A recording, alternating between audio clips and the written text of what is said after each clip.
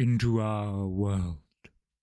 A world with over 10,000 years of written history, with ancient magic and great mysteries. A world where the moons are two and the gods are plenty. A world with dangers and opportunities, but not always in equal measure. A world of the mind of the Creator, where his children roam and our heroes have to survive, or perhaps even thrive. As we will all follow their journey together, let's have them introduce themselves. Meegovanen, wel met. I am Egerwijn Emdir, proud inheritor of the most ancient bloodlines of this land. I believe that within the blood of my kin, the elves, lies the divine spark that birthed the gods. Over the past decades I have pursued these secrets, practicing alchemy and bloodcraft even when that meant exile. I long to return to my tribe that populate the grasslands of Aetherion, and with my findings unlock the true potential of elfenkind. That I've been transported a complete elven lifetime into a grim future is a hindrance, but one I can surely overcome. Waggy is the happy-peppy airhead hippo of the group. As far as Waggy knows, he was born in this world, and thus he sees this as his home. His family told Waggy that they originally came from a place called the Lonely Plains, and that they got pulled into this world thanks to a great war. His fellow hippos wanted to go back home, so they trained to become strong and be safe on their journey back home. However, Braggy did not want to train. He often slacked off and would rather sing songs, make music, or tell stories he heard or made up on the spot. One day, Braggy got sent out to look for food and water, and thus he kept walking and walking until he stumbled and came across the rest of the group. Hi, my name is Moloko. I'm an Arakocra ranger. I remember I was at a party when life as I knew it was hindered by this weird feeling I got. And then I woke up with 3 other strangers in a place that I couldn't recognize. I had to think fast. What to do? Who are these strangers? Why am I here? This land doesn't look kind, but hey, life isn't kind, right? Let's try and make the best of a shitty situation. Oh well, just another notch on my belt of adventures. Let's see where this takes me. Hi, my name is Baron Stoneface. Sorry, was Baron Stoneface. It's Riz. I am a librarian and was recently just putting some books away in my personal library when I spotted some of my dad's research. I haven't seen him in so long and I dearly miss him. The pendant he gave me has been cold and lifeless for years. I started tearing up a little bit, honestly. I tried to blink away the tears as I grabbed his notes, but as I did, reality started to warp? I saw my library, my home, and everything I had tear away, smear across my vision and dissipate. In a panic, I changed from my true form into the author, Baron Stoneface, a dwarf who wrote Enduring Polite Society, Table Manners for Dwarves. It's a great read, honestly. I woke up in a crater in a different world, with 3 kind strangers. My pendant was warm to the touch. What in Ayun's name is going on? In a time before a storm, in a land ruled by a god, there was peace, there was prosperity. But time was unkind. A storm raged over the lands and swallowed it whole. The world was lost to time. Now there is only sand and ash, the old god, long forgotten. But in a desolate place, there remains a mark of the old god, a mark of hope. The world as our heroes knew it is no more. The skies have turned permanently dark with black clouds and storms of ash. Cinders in the air and large swaths of the lands are scorched, and their fauna petrified. Creatures no longer seem to die, and their souls are trapped in between the living and the dead.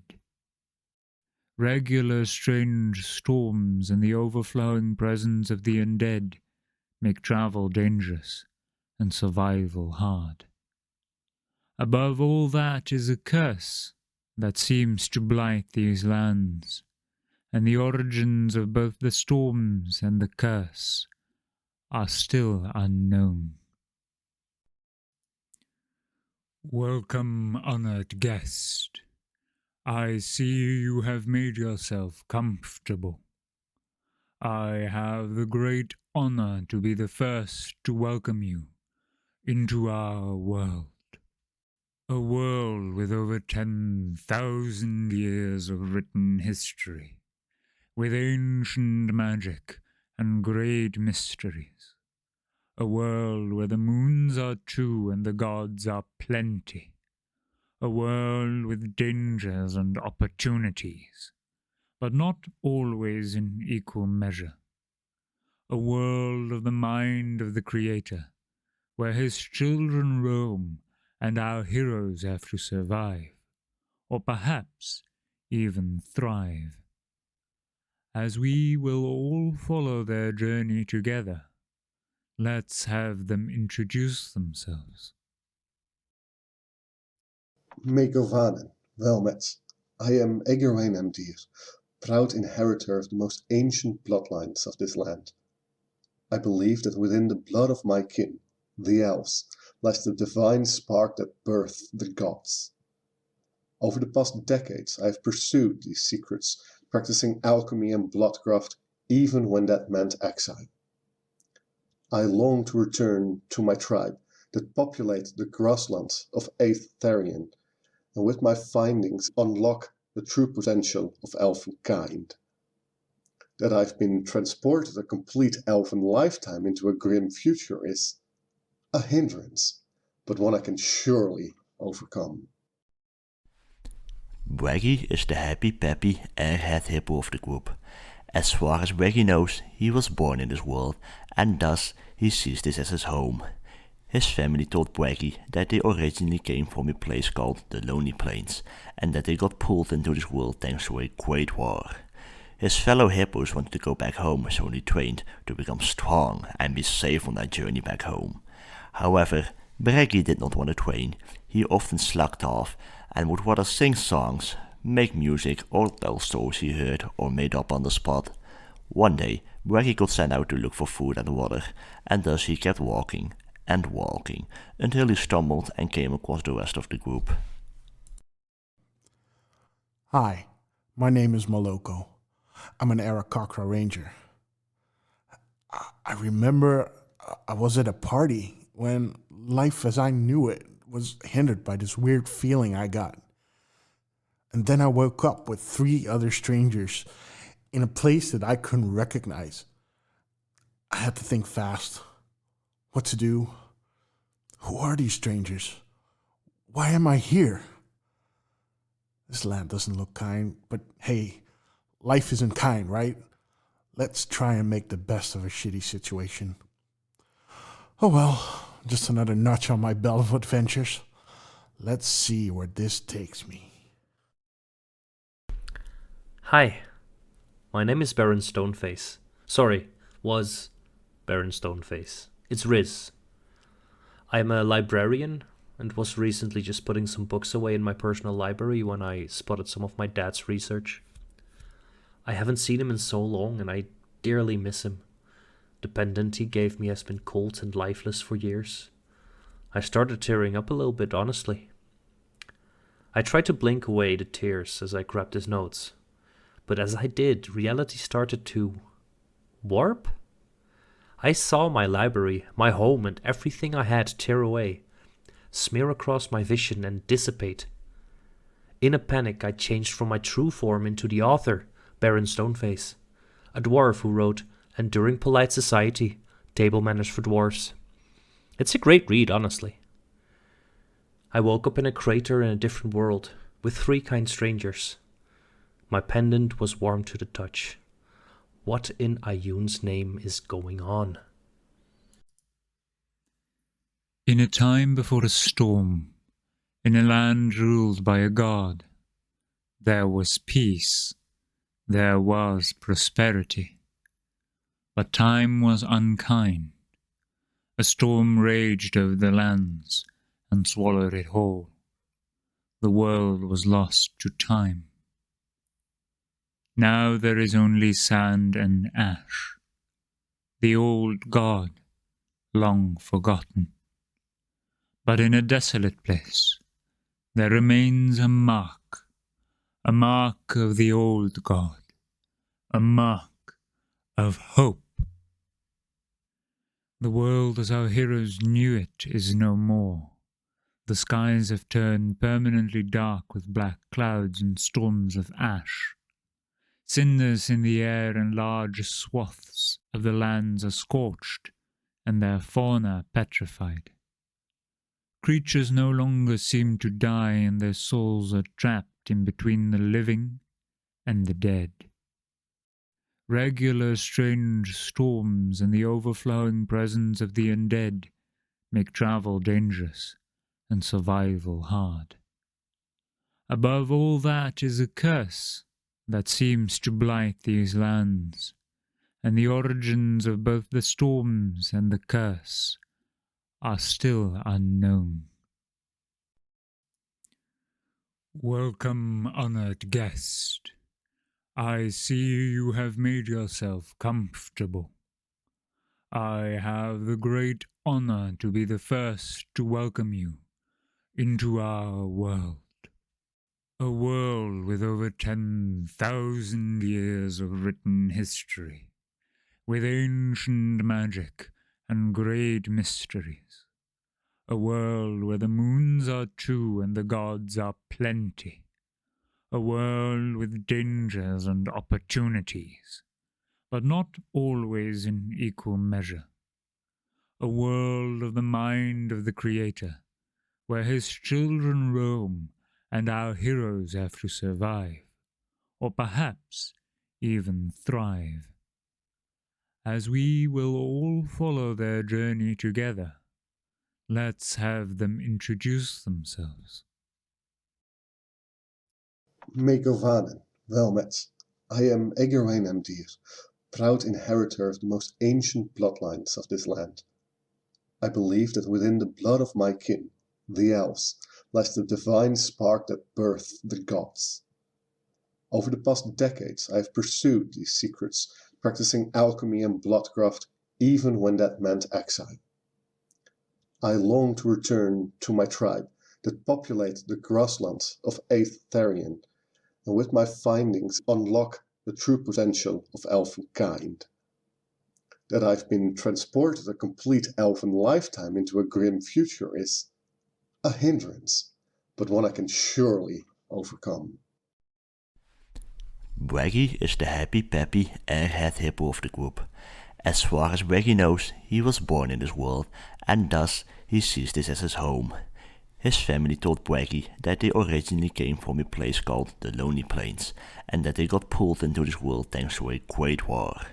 His fellow hippos wanted to go back home, so they trained to become strong and be safe on their journey back home. However, Waggy did not want to train. He often slacked off and would rather sing songs, make music, or tell stories he heard or made up on the spot. One day, Waggy got sent out to look for food and water, and thus he kept walking and walking until he stumbled and came across the rest of the group. Hi, my name is Moloko. I'm an Arakakra ranger. I remember I was at a party when life as I knew it was hindered by this weird feeling I got. And then I woke up with 3 other strangers in a place that I couldn't recognize. I had to think fast. What to do? Who are these strangers? Why am I here? This land doesn't look kind, but hey, life isn't kind, right? Let's try and make the best of a shitty situation. Oh well, just another notch on my belt of adventures. Let's see where this takes me. Hi, my name is Baron Stoneface. Sorry, was Baron Stoneface. It's Riz. I'm a librarian and was recently just putting some books away in my personal library when I spotted some of my dad's research. I haven't seen him in so long and I dearly miss him. The pendant he gave me has been cold and lifeless for years. I started tearing up a little bit, honestly. I tried to blink away the tears as I grabbed his notes, but as I did, reality started to warp? I saw my library, my home, and everything I had tear away, smear across my vision and dissipate. In a panic, I changed from my true form into the author, Baron Stoneface, a dwarf who wrote Enduring Polite Society, Table Manners for Dwarves. It's a great read, honestly. I woke up in a crater in a different world, with 3 kind strangers. My pendant was warm to the touch. What in Ayun's name is going on? In a time before a storm, in a land ruled by a god, there was peace, there was prosperity. But time was unkind. A storm raged over the lands and swallowed it whole. The world was lost to time. Now there is only sand and ash, the old god, long forgotten. Pocket we ball. And we're online. Ladies and gentlemen, welcome to our stream. I'm gonna... Oh shit, I wanted to open my... I will wait with my snack because that's gonna make a lot of noise. Good We are... Good intro. Oh, this is the best intro ever. Yep. We are gonna do something a little bit different than what you're used from us, every 0 viewers. We are gonna play a one-shot because one of our friends unfortunately couldn't make it. He is sick. A Garwin, the elf. So we are gonna play a one-shot called The Spire and the Scab. I will be your DM. My name is Koen, and we will introduce our players when we get to them. Players, are you ready to jump into The Spire and the Scab? Always. Yeah, I'm ready.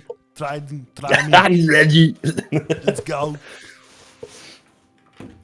All right. Awesome. Let me find... I'm already lost. This is awesome. This is the greatest start to a game ever. I should have written this down. No, Nah. that would be too professional. As I said, fucking Just wing it. I will wing it. Our adventure takes place in the sleepy mountain village of Valnoya, a laid-back tourist town nestled in the shade of the Widow's Weep Mountains. Valnoya has no industry and instead thrives on duties and tolls collected from those seeking passage through the mountains to the north. Outside of its quaint houses, timeshares, basically. Outside of its quaint timeshares and ski-in, ski-out lodges, the town boasts a few notable buildings other than the large brewhouse pub, famous for their fondue, and a defunct Hall of Records that serves as the headquarters for a mysterious organization known as the Esoteric Society of Arcane Studies. Very little is known about the day-to-day operations of the society, but given the group's commitment to the general well-being of the town, most of the locals have taken to not delving into their matters too closely. We find ourselves in this town with 3 adventurers who have not yet met. So, let's start with our friend Celeran. Is that how you pronounce it? Celeran? Celeran. Celeran, my apologies, good sir. What are you doing? Where are you at the moment? I'm in the middle of town, looking around, perplexed, looking for the only thing I probably know about this town. It's giant fondue. It's not hard to miss at all. It's a giant brew house near the middle of the town, so you're very close. Inside of this brew house is, in the middle, a cauldron, a giant cauldron, like the size of an actual adult dragon. This cauldron is big, and it's filled with cheese, bubbling cheese fondue, Gruyere, Velveeta, whatever the fantastical fantasy version is of cheddar. And it is busy in there. Cheddar, I love that. And it is always extremely busy in here, even when it's nearing closing times. You walk in, I presume? Yeah. You were cutting out for me just now. Yeah, I guess I just waltz right in. Yeah.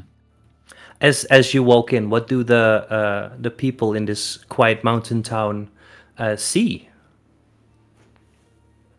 What do you look like? I look like a very, very tall man covered in fur. I am a furbolg. I have a very large cow-like nose. My fur is dark of color with a gray bluish hue. Very piercing silvery eyes. I am well dressed, but not like an adventurer. I don't have a very large backpack. I don't carry much on me. On my back is Warhammer. I wear white clothes with silver rims around my neck. You are probably the tallest. You are. You walk in towards this establishment and immediately get greeted by a halfling who is running around very fast, plates in hand, drinks in the other hand. I'll be right here in a moment. Give me a second. Please take a seat if you find one. And he rushes off. You look about and you see a couple of tables that are free. All of them seating more than one person. Are they completely free, or are there already people? There's tables that are completely free. There's also tables that are just like really, really long, kind of like a cantina idea, where you just can join the giant table. With people sitting on it already. There's also smaller tables that seem to be not against a stranger sitting in. It's a nice chill atmosphere over here. I'll probably take a seat at one of the long cantina-like tables. There's a not too close to others, but just in between if I can. You most certainly can. You do catch a couple of glimpses from curious town folk and tourists who are enjoying their meal. In the meantime, Crud or Mubby, are either of you currently in the tavern, in the of course the Melted Muse? I'm a bard. I play at the tavern. Is that your act? Is that what you're going for? Is that his? Yes, this is Crud. Hello. It's gonna be a long night. Well, third Arnold Schwarzenegger. Well, who is this Schwarzenegger you talk about? Crud, you are currently in the Melted Muse, not to eat, but for business, technically, but also for pleasure. Yes. Can you tell me, first, What do you look like, and what are you doing? Well, I'm a big blue guy with black streaks all over my face and body. I've got a bagpipe and a lute, as well as my longsword and my nice staff of frost. And when you look at me, you see a big hunk of metal, and that's what I like to play as well, metal. You like to play metal. Yes. So when you said everything was quiet, Crod was like, "It's about to change. Things are about to get nasty." Bagpipe or lute? Loot, of course. Give me a performance check. First roll of the night. Let's go. Let's see how Crod rolls for you. And Crod rolls at 21. No shit. Okay, awesome. I will play the Teleron. shit out of this loot. By the You- way, my full name is Crod Spamboon, and I would like it if you tell me If I tell you what, Spamboon, Crod Spamboon. If you call me that, I liked it a lot. Rod Spamboon. Yes. You start playing, and Keller and you immediately notice in the far corner on a little bit of a heightened stage with how do you say that? Like twirly, colorful, like bows and things coming from the ceiling. This is obviously a place to perform. There is a also a very, very large person standing, starting to play loudly, fast, but also really, really well. Like everybody's attention immediately goes towards this person, and people start clapping with the rhythm and dancing for as much as you can dance. Some people are straight up headbanging. And if you're not careful, if you play any better, they might actually start a full-on mosh pit right here in in the Melted Muse. I love it. It's a great song. Is there any particular lyrics to this song, or a particular of melody course. that you wish to exude Yes, to of your course. public? It's called Hammer Smashed Face because I like Oh it. no, Cannibal Corpse, right? That's right. Oh shit! What it?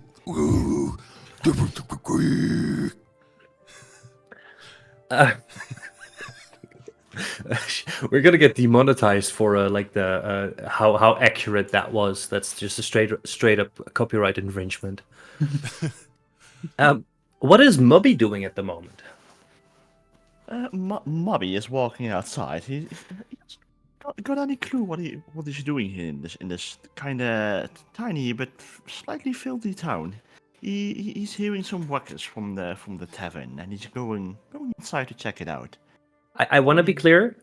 It's not a tiny town. It's not bustling, but it's pretty big. There's a lot of people traveling through. There's people living here, and there's people that are tourists and that come here for the cheese or the skiing. So this is by no means a small town. It is still a village, but it's pretty big. Here's the thing: it's tiny to Mobby.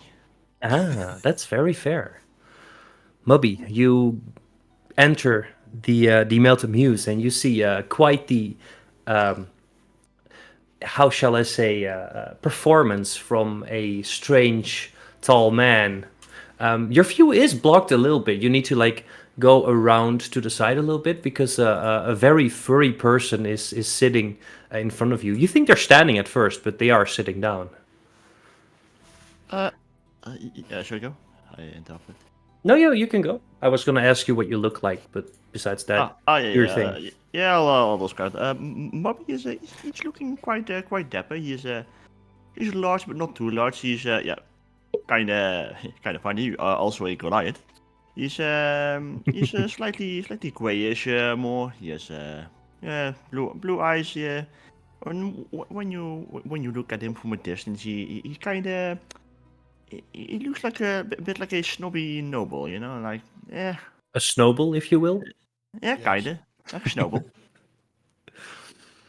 Yeah, Alright. yeah. He has like not like a back. How do I say it? Not like a back build, but let's say for that day and age, like a Chanel bag. Which you Oh, could yeah. purchase equipment in. A chainal bag. Yeah, That's what they call it in Fantasyland. exactly. He got a chain all bag. You as well get greeted by a halfling that's running around, hands completely full, but also somehow trying to block his tiny ears from the music.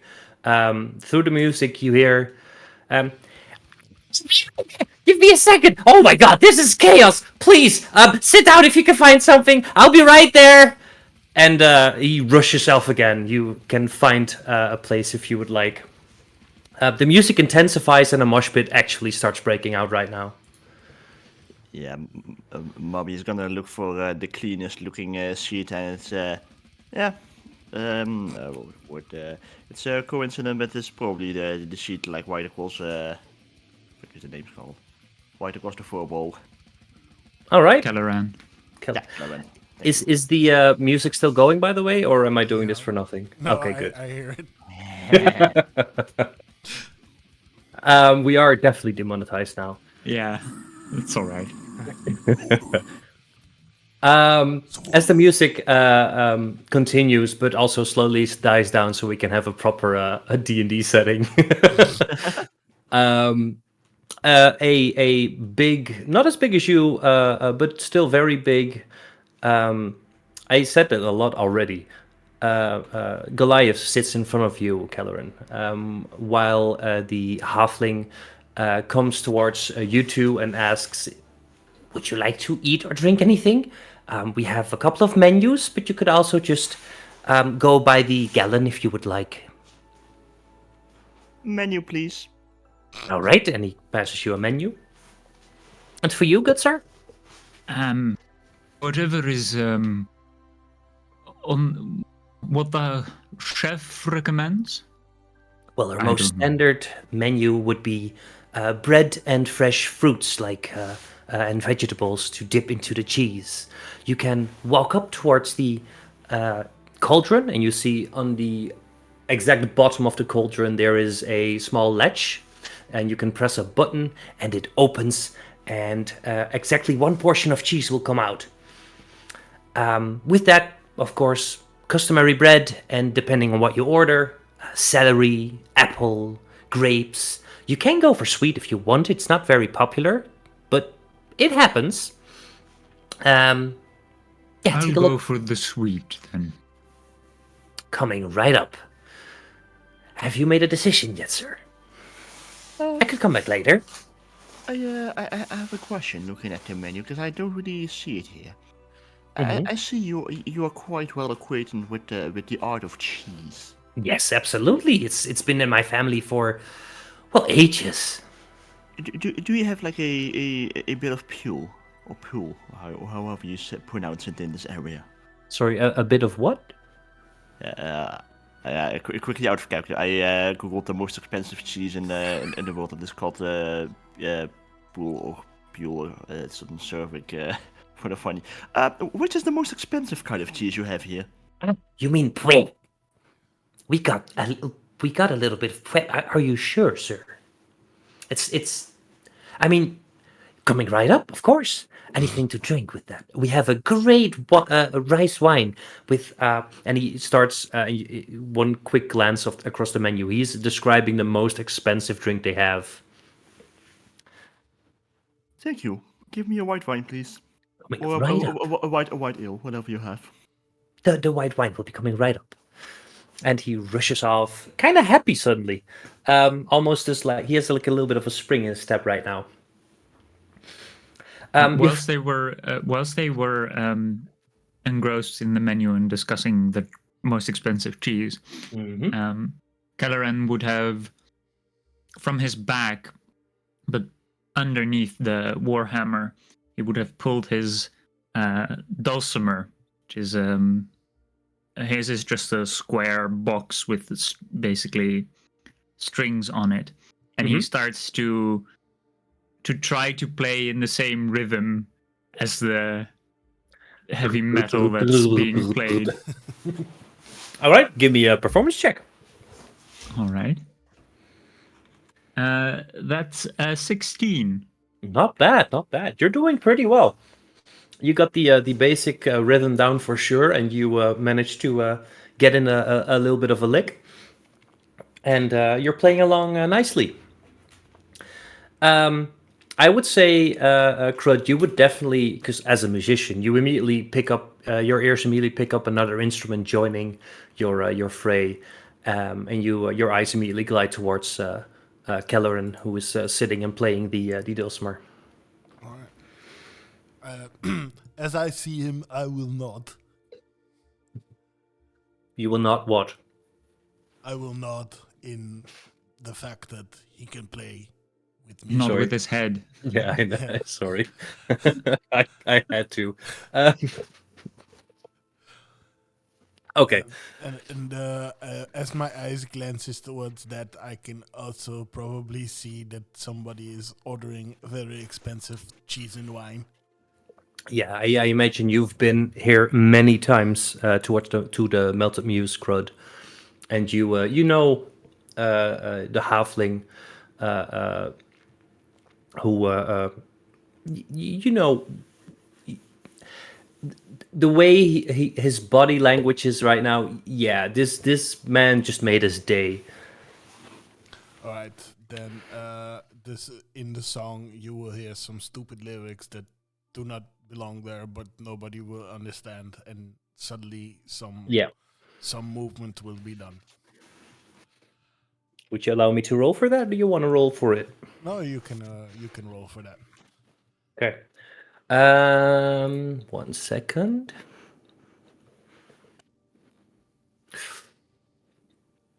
Mubby, Yes. your food arrives very quickly, as does your very expensive white wine. And as your hands reach for your food the first time around, you feel a small tug on the side of your body. What? I'm eating here over here. And Kelleran, you have pretty high passive perception. I would say you notice someone walking by and snatching something from the side of Mubby's hip. Crit, I'm very sorry. I rolled a 5. I will stop my hammering. You've just been robbed. You have.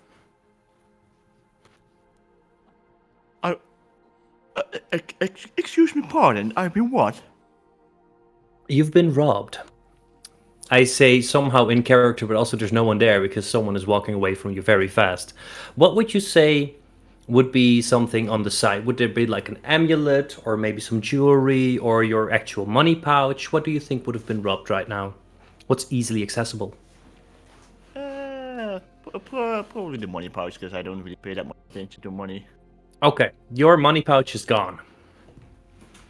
Yeah. As soon as I hear, I've been more play, like, oh gosh, something filthy touched my money. Oh. Wow. Give me a perception check.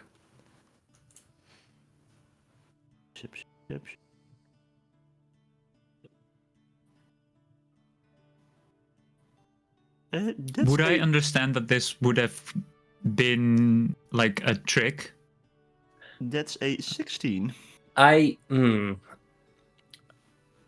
But I doubt it, right? Yeah. Yeah, also because you rolled a 21 on performance. No, I don't think you picked up on it. This is just lyrics, and then someone bumped into Mubby. And you rolled a 16? Yes. Okay, you see someone walking with curved horns, a darkish red skin, tiefling walking away from you. You're pretty sure that's the person who just took your money, and he's quickly making his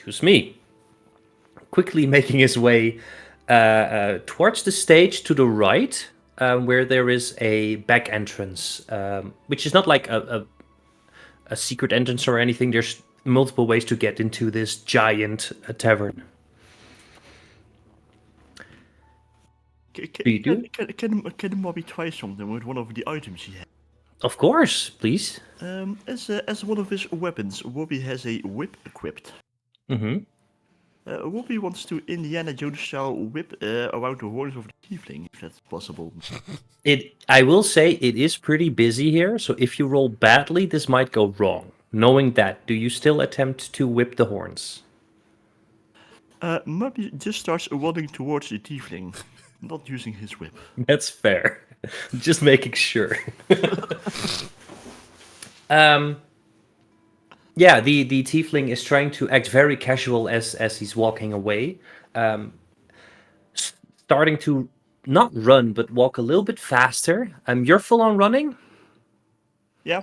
Okay, you catch up to him right as he's about to leave, like in the entranceway. What do you do? What do you say? Give me my money, you little red horny thing. I do not know what you are talking about, please. I have business elsewhere. And he tries to slightly push you out of the way. Not like in a gently. He's gently touching your shoulder. As he's pretty tiny, he probably has to jump up to reach my shoulder. How tall are you? 8 feet.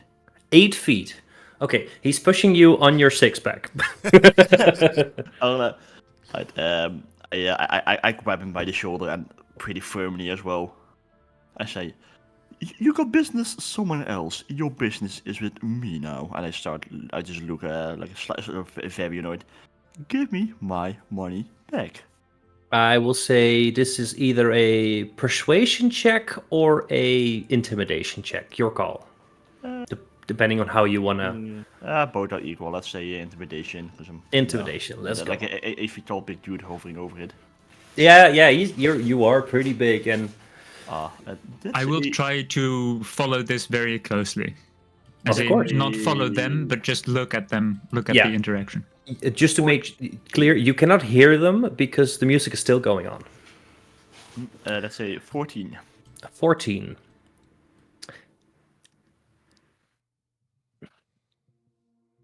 Listen.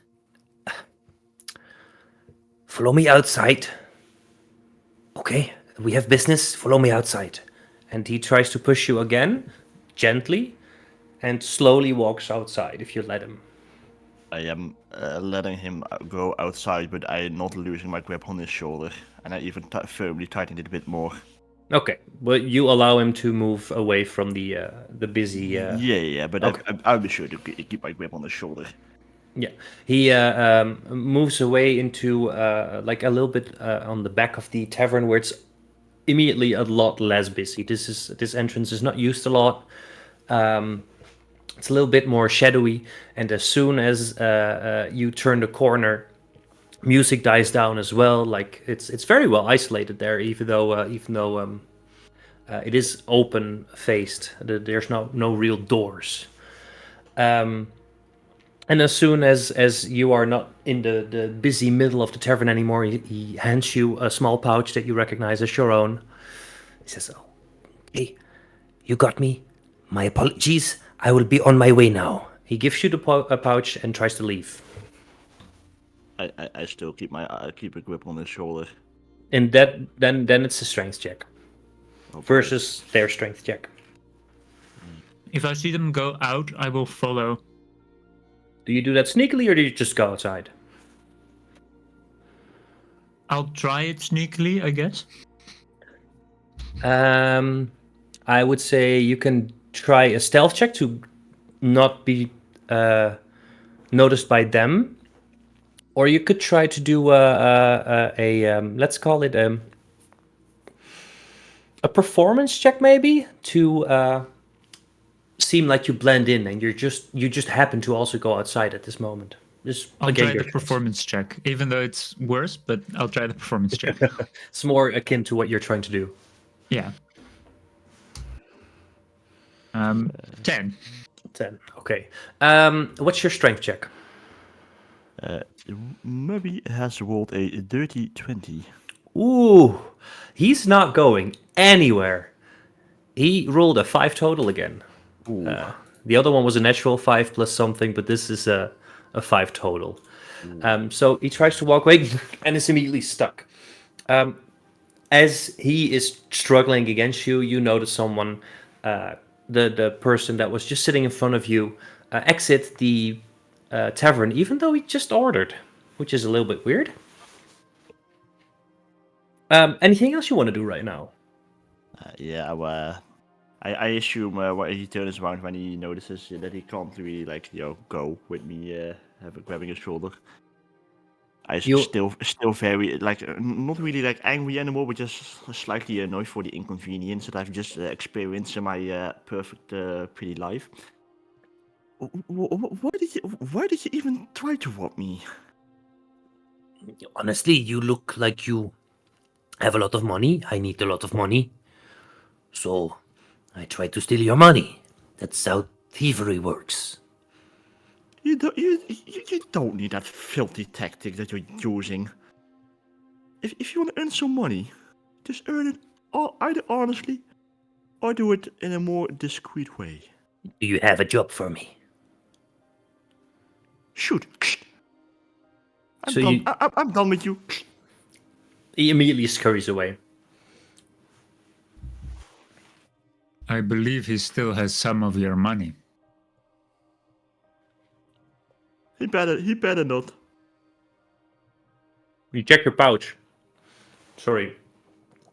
I thought I had a little bit more time. You check your pouch, and yeah, there is not a lot missing, but there's a couple of golden coins missing.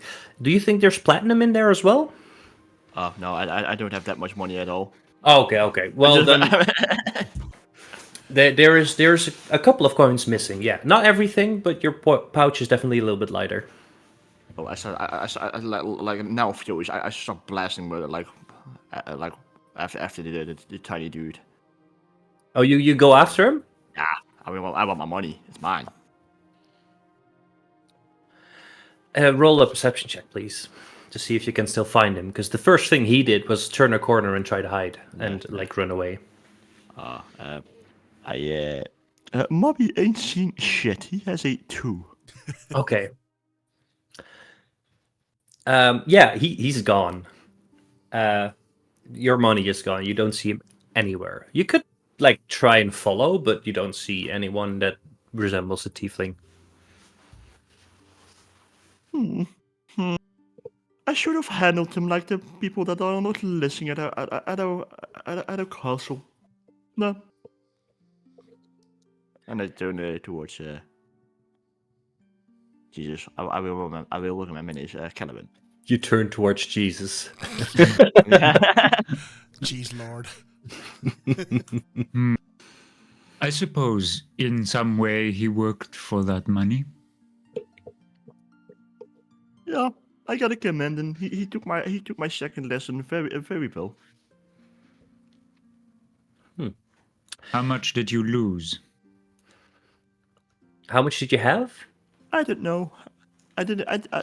Normally I don't have to pay wherever I go, so I only brought like 25 gold with me. In that case, about 5 gold would be missing. It takes me a minute to earn back home.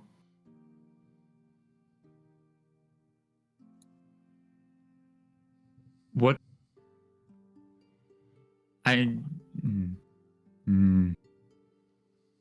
Strange people.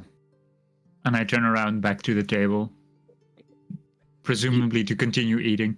You see a halfling who's like trying to give you your food, but you're gone from the table. And he immediately spots you because you're tall and like nods at you and sets down your food for you.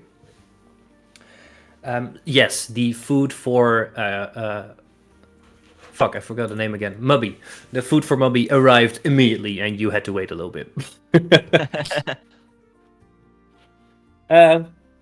He also seems very worried, like looking around for someone else who was sitting very close by, who ordered very expensive food and wine and is not there anymore and has not paid yet. Yeah, maybe walks towards his food. Caliban would see this. He's physically like lowers his shoulders, like, and goes back to work. Crud, Yes. Your first song ends. You get a bit of a standing ovation from everyone who was dancing and in the mosh pit. Do you play another song? Do you stop for a break right now? Because you've been playing for a while, probably. Yeah, I'm gonna It's stop up to playing. you. I'm gonna stop playing. I'll be back in. I'll be back. I'm going to Yeah. take a break. And, I'll be back. Of course. I'll be back. And I go up towards the man and ask for an ale. You have as you go towards the bar, there is already an ale for you ready, and the bartender that you recognize as Eric, someone who you've been acquainted with for a while now. Eric tells you, "Oh, you've earned your keep today. That was great, man. The first 4 ales have been paid for by the public, who just wanna give you a beer, and yeah, that was great, man. Thank you, thank you." oh, that's very nice. Thank you very much. I turn to the public and go, "Thank you."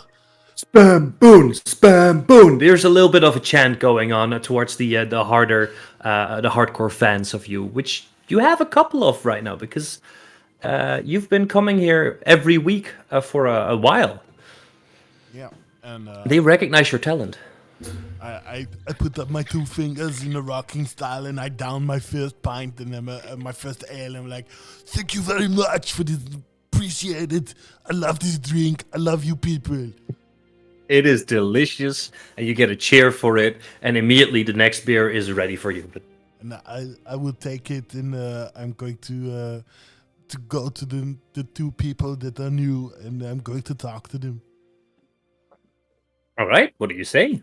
Well, first of all, I'm talking to the man who just played along with my song, and I go, "Hey, I saw you out there. You were very good. You could keep up with me. That's very, very good. My name is Crod. What's your name?" Thank you. My name is Kelleran. I'm very surprised. New music for me. Oh, thank you very much, Kelleran. It's an honor to perform for you. I hope you enjoyed it very much. I did. I enjoy learning new things. Well, cool. So do I. And I turn to the other Goliath and go, "Wow, another Goliath in this town. How could this be? This must be like Kismet or something. Hi, I'm Krat. What is your name?" Hi there. I'm Bobby. It's indeed quite interesting to see another Goliath here. I have to applaud you for your little performance here. It was much appreciated. Much appreciated. Well, thank you, Cruddy, was it? Yeah, it's Mubby. Mubby. Okay, I will try to remember that. Very bad with names. I forgot your name as well. I'm sorry. Don't worry. Just call me whatever you want. Okay, I will call you Rockabrow. Because you rocked with me, my friend. Very good. So, what are you doing here? How did you find this small place for you? I heard about the big cheese fondue. Ah, yes. We're very famous for it. So I thought I'd learn something new. And I did. Alright, so you learned how to fondue now. I don't quite understand. I've fruits in front of me, Yes, but the fondue is there. It's a very big pot. yes. Do I just chuck it in, or? Now you put it on a stick, and then you swipe it through the cheese, and then you eat it. It's very good. You like it. Rockabro, go get you some cheese. I'll do that. Thank you. You're welcome. And this next song is going to be for you. and I walk to the stage. I'm trying so hard to not burst out laughing every single time you open your mouth. This is amazing. Okay. What will Crud be playing for us next? Well, since my new rocker bro is into experimenting, I'm going to do a song called "Before I Forget." Before I forget, which one is that? Wait. Slipknot. Oh, that's such a good song. That unlocked high school memories for me. Sorry. You start strumming the first notes. Give me a performance check. All right.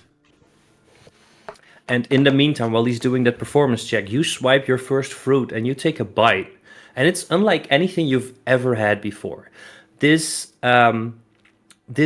amalgamation of cheeses and fruits and vegetables that have gotten into this almost a stew now because of how long the same cheese has been here and has been baking and has been refilled with new cheeses and new fruits and new vegetables and meats and everything. This is not vegetarian, by the way. Forgot to mention that.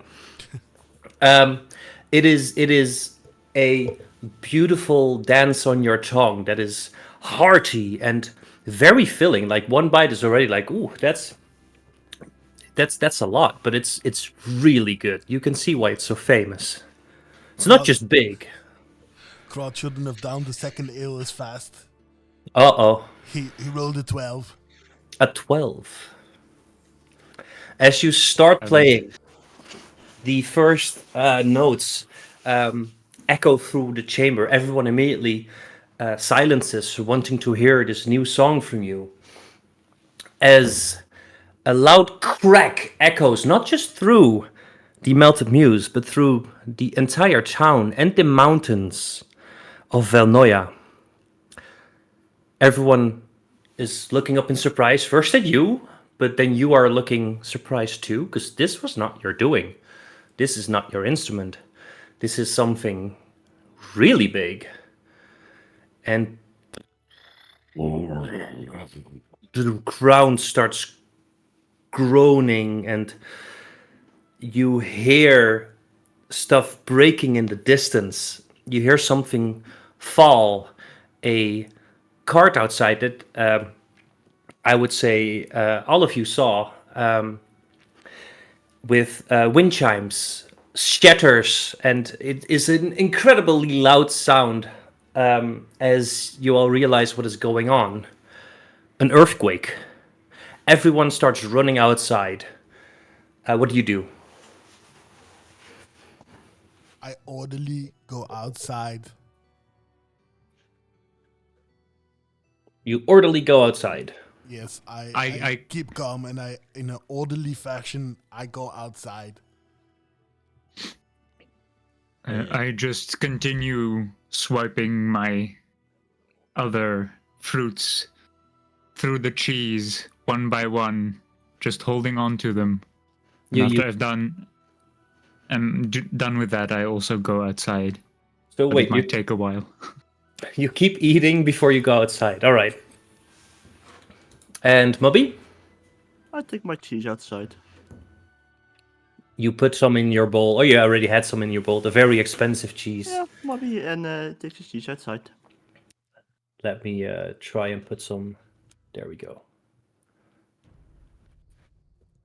The ground is shaking. People are screaming, panicking, going outside, looking for loved ones as a really, really bad earthquake shakes up this town. Crud, you've been here before. You've not had the displeasure of an earthquake here yet. This must be pretty rare. As the whole town shakes, the shingles are falling from roofs. People are struggling and falling over. I would say, Caloran, you notice as well that this is not just a little bit of a shake. You might want to go outside. As at this point, actual buildings start crumbling. The smaller buildings, the ones that are homemade, start to fall down, and become a rumble on the ground.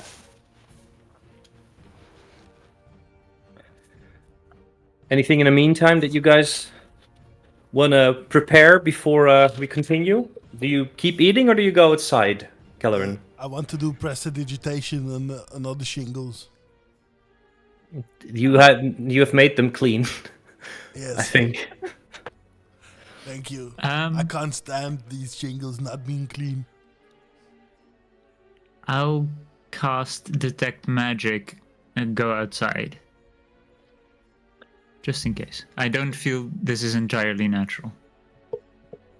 Okay, I would say give me an Arcana check with advantage.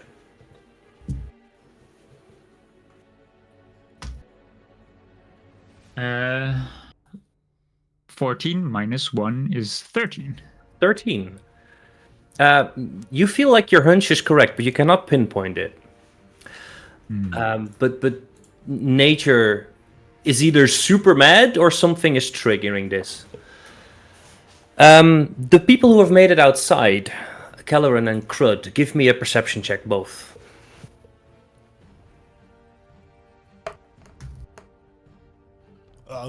I don't see shit. 4.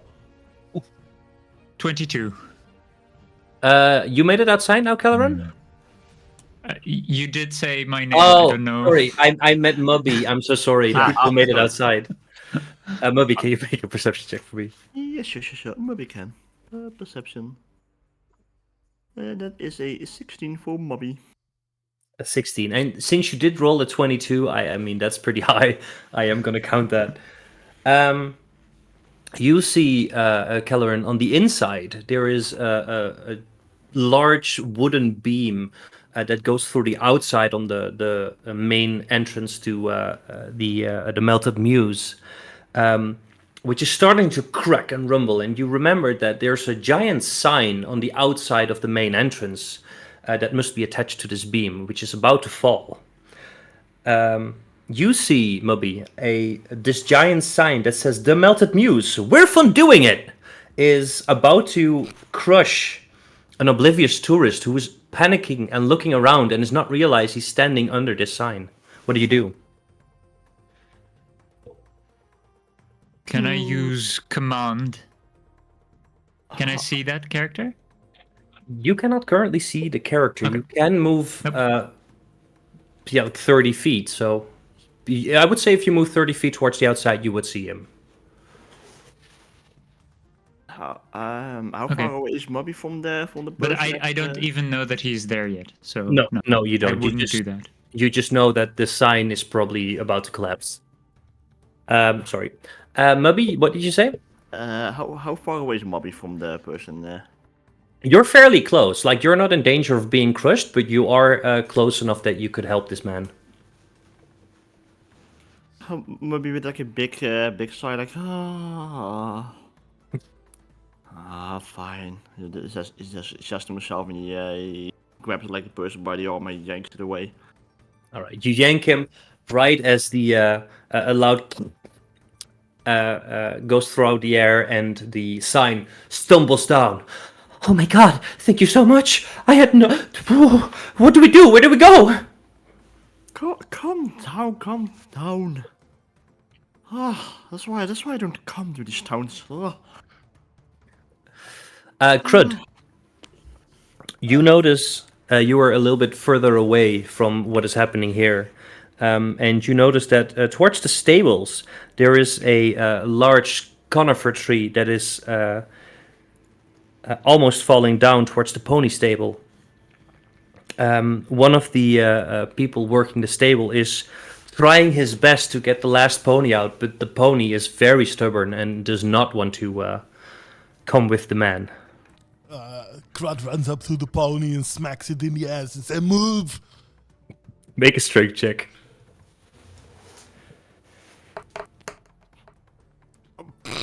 That pony will go nowhere. It is a 3. It's staying right there. You get the feeling that you have about 6 more seconds before this tree falls, so you might want to get out the way too. Yeah, I'm going to move, and Let's see if I got something else. Maybe I can viciously mock the pony. You can certainly try. I will mock the pony. Your father was a donkey, and your mother was an elderberry. You need to move now, you stupid donkey. How much damage would you do? I'm not gonna count it because you're not trying to kill the pony. No, But two. how much damage would it do? 2. 2 damage. I would say animal handling with advantage because you're trying to get it out of the way by viciously mocking it. That would be. A 21. Oh! As soon as you say the first part, your father was a donkey. You see the fire in the eyes, and it tries to kick you. Where's my d20? Wait, there it is. I just rolled a natural 20. Oh no. I will see that's just a plain 1d4 doubled. So I really hope I don't roll a 3 or a 4. Who cares? A 1. It hits you in like the upper thigh part really hard and just starts sprinting away. That's gonna be a bruise. So 2 damage for you.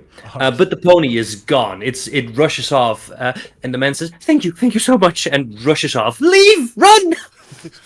You're very welcome, and I run away. As you run away, the conifer breaks off on the base and crushes the stable. You were just in time.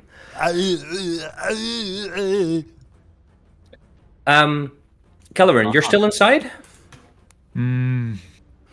I should get a move on. I'll run to the nearest exit. Okay, that would be the main exit, or this thing that you were dipping in is in the middle. It is giant, so I would say you are fairly near the main exit on the front that leads towards the town center, the town square, which isn't I'll go square there. but round, but whatever. Yeah, I'll go to the largest open space. There is a lot of dust falling from the ceiling and a couple of bigger things as well. None of it threatening to hit you, but the earthquake is starting to die down. You feel the rumbles ease up a little bit, but right as you think that the worst has passed, you hear right behind you metal not being able to sustain the giant weight of the cheese anymore. And it slowly starts tilting towards you. Oh.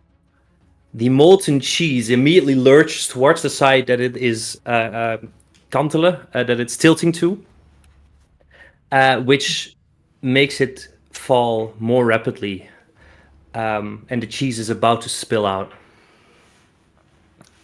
Again, I want to remind everyone that this cauldron and the cheese inside is about the size of a grown adult dragon. So this is really big. This is a lot of cheese that is molten hot. Oh my god, this cheese coming at us. Everyone hears the metal go boom. I like the metal. Well, this is angry metal. I also like angry metal. I don't care. It's also heavy metal. I like that even more. Is it black metal or is it death metal? Oh no. It could be death metal. That It depends could on be my death metal. Oh no. I would say you are right outside now at the entrance as the first cheese hits the floor near the middle of the melted muse. To the trees! You're going to get killed by cheese! And he rhymes too. That's incredible. I am forgetting one small detail in this.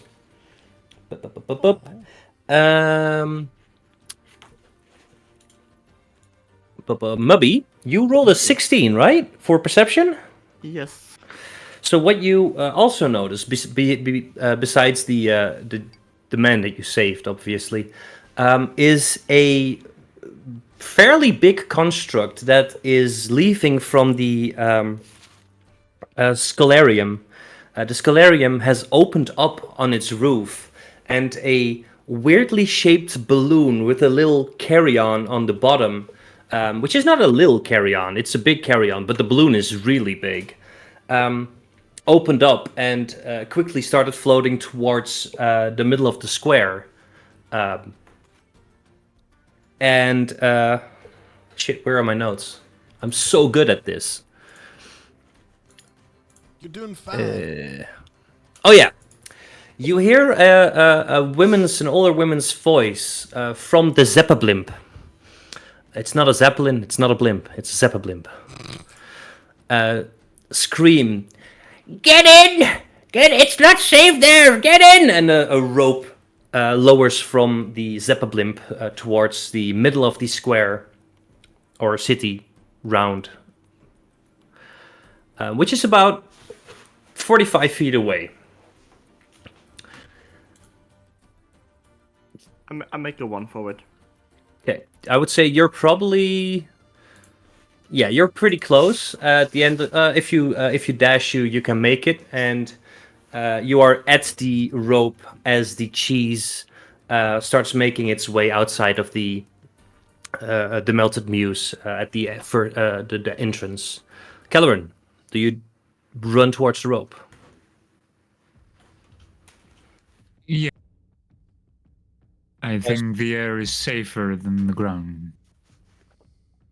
If you double dash, you also make it towards the rope as the cheese is surely, but very slowly, making its way through the town square. Crud, you were probably closest. I will run to the rope while we're yelling, "Oh my cheeses! Oh my cheeses! We're going to die if we don't get in." Make a strength check to see if you can climb the rope, because you're there first. You start climbing the rope first. Not an acrobatics. Athletics. Athletics. I'll do that. 19. 19. You quickly climb your way up.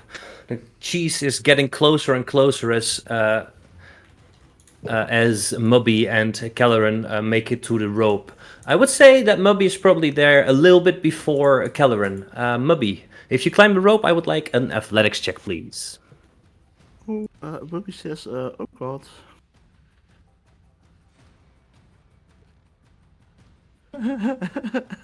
Uh-oh. Never mind. No, not oh god, that's a 25. Oh, it's 25. And that 20 plus 5 bonus. Incredible, a net 20. You yoink so hard on the rope that the giant Zeppa blimp tilts over slightly for a second. As you jump and start climbing, you make it almost at the same time as Crud does. Even though Crud started climbing before you did, you almost overtake him somehow.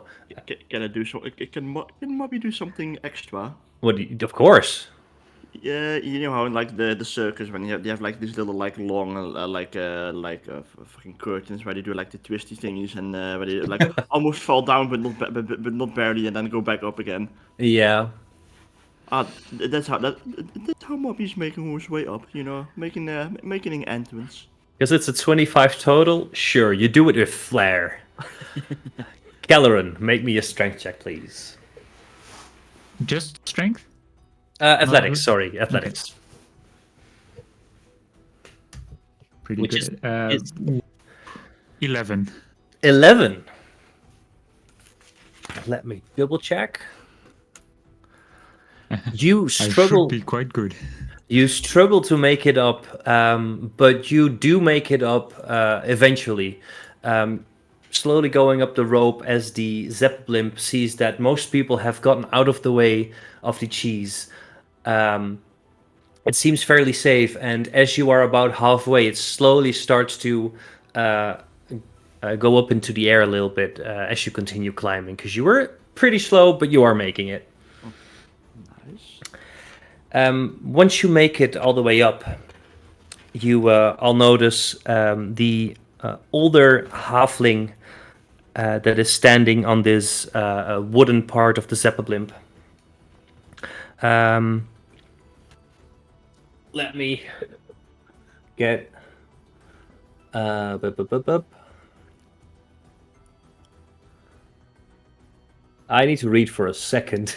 Go for it, man. But the good We'll just talk amongst ourselves. Oh my god. All the cheese over there. Oh, while I am reading, please all three make me a perception check as you are, one halfway up and the others fully up, having a great view of what is happening all over the place. Grotz percepts the hell out of it. 21.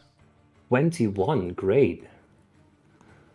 Mobby probably had like some dust from the rope getting into his eye while he was performing. He got a 3. A 3, you don't see shit. You are more looking around at this weird contraption that you've never seen before. This Zeppelin with gears everywhere, metal and wood being one unit. It's incredible. Yeah, just in awe. The reason Kelleran hasn't made it up is because he's completely engrossed by whatever he's looking at. 24. 24, so 2 great rolls. Let me describe Well, what I'm you bad see at math. first. Sorry, 19 Oh. plus 6 is 25. That.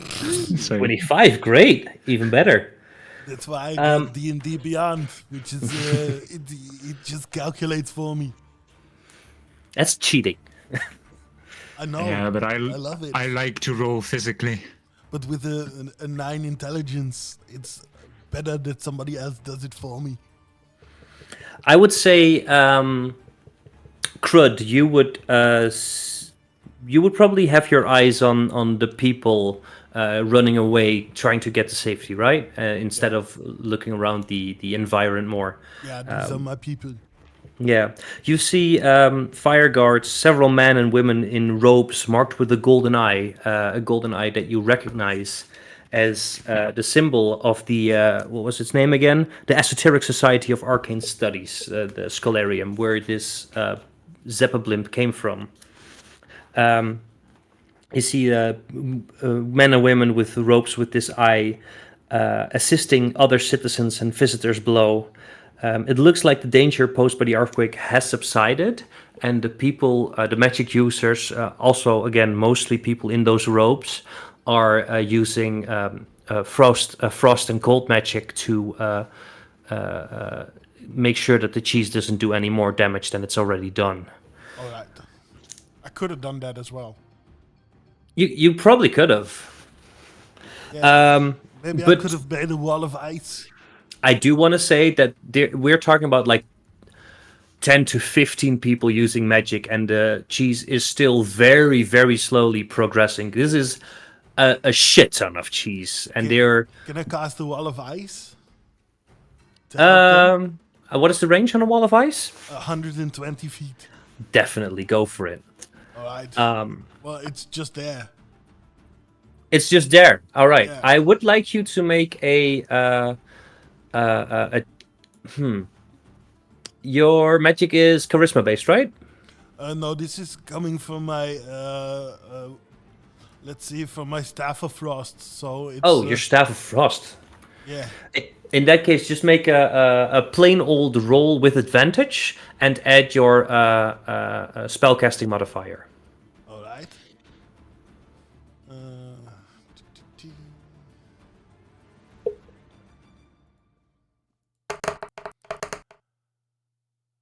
So that would be 15. A 15 total with advantage? Yes, with advantage. Okay.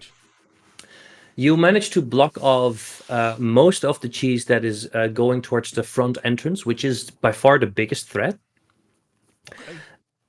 Which is now nearly completely blocked off, although it seems to be slowly melting.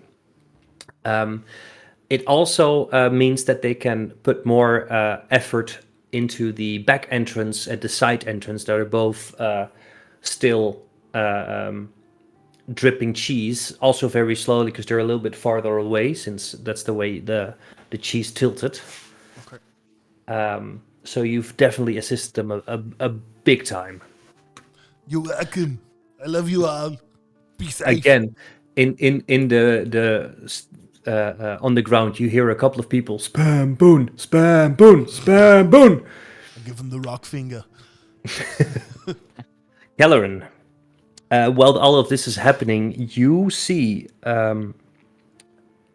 at the clearing in the woods that is a little bit off in the distance, away from the village, a dark obelisk with deep grooves in the surface all around it, like it's the source of the cracks, and it's emanating from the forest. This was definitely not nature. Or nature assisted. Ominous. Yes, for sure. As you climb up and everyone meets at the Zeppa blimp, you see Larita Sencham. And I just... Oh, there we go. There's the description. You see a powerful and plucky mage. Like, this is clearly someone who's had ages of experience. She's wearing the same robes with the eye that you spotted, Crud, on the ground helping everyone. And this tiny halfling, old tiny halfling woman says, "Well, welcome on the Imperium. My name is Larita Senchem. Thank you very much for that ice wall. That was very, very helpful." You're very welcome. I didn't want my people to die. Well, you did us a great favor. Bup, bup, bup, bup. I can also do an ice storm if you want.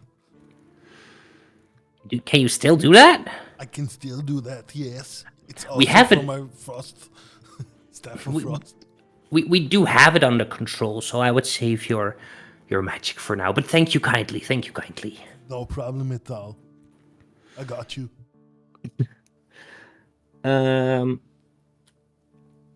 I am looking for...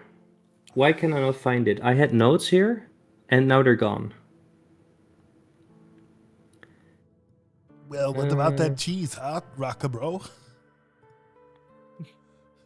It was very delicious. I wasn't expecting it to try to attack us. Well, that was very unfortunate. In all this time I've been here, I've never seen that.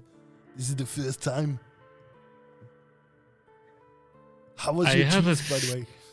Oh, the cheese was very good, but I have a feeling it's not entirely natural.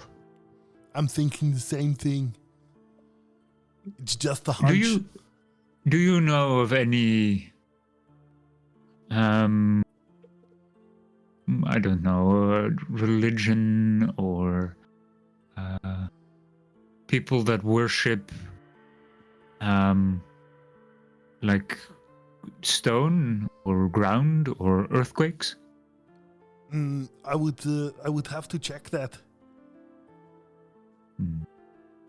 You can make a religion check if you would like. That's what I was about to. You were fishing for it. Yes. For 13. A 13. A religion that spawns sudden earthquakes doesn't really spark any memory, no. No, I don't know anything about religions in rocks and, earthquakes. No. Interesting. Only my song, Earthquake Love. I would like to hear that in the future. All right, of course I will. If we have time, I will do this for you. All right. So as I said, my name is Larita Sancham. I'm the head of the Order of the Ochre Eye. The townsfolk call us the Esoteric Society for Arcane Studies, but that's not of any matter. Are you hungry? Do you want any fondue? That's Yes, funny. but- I like that. Thank you.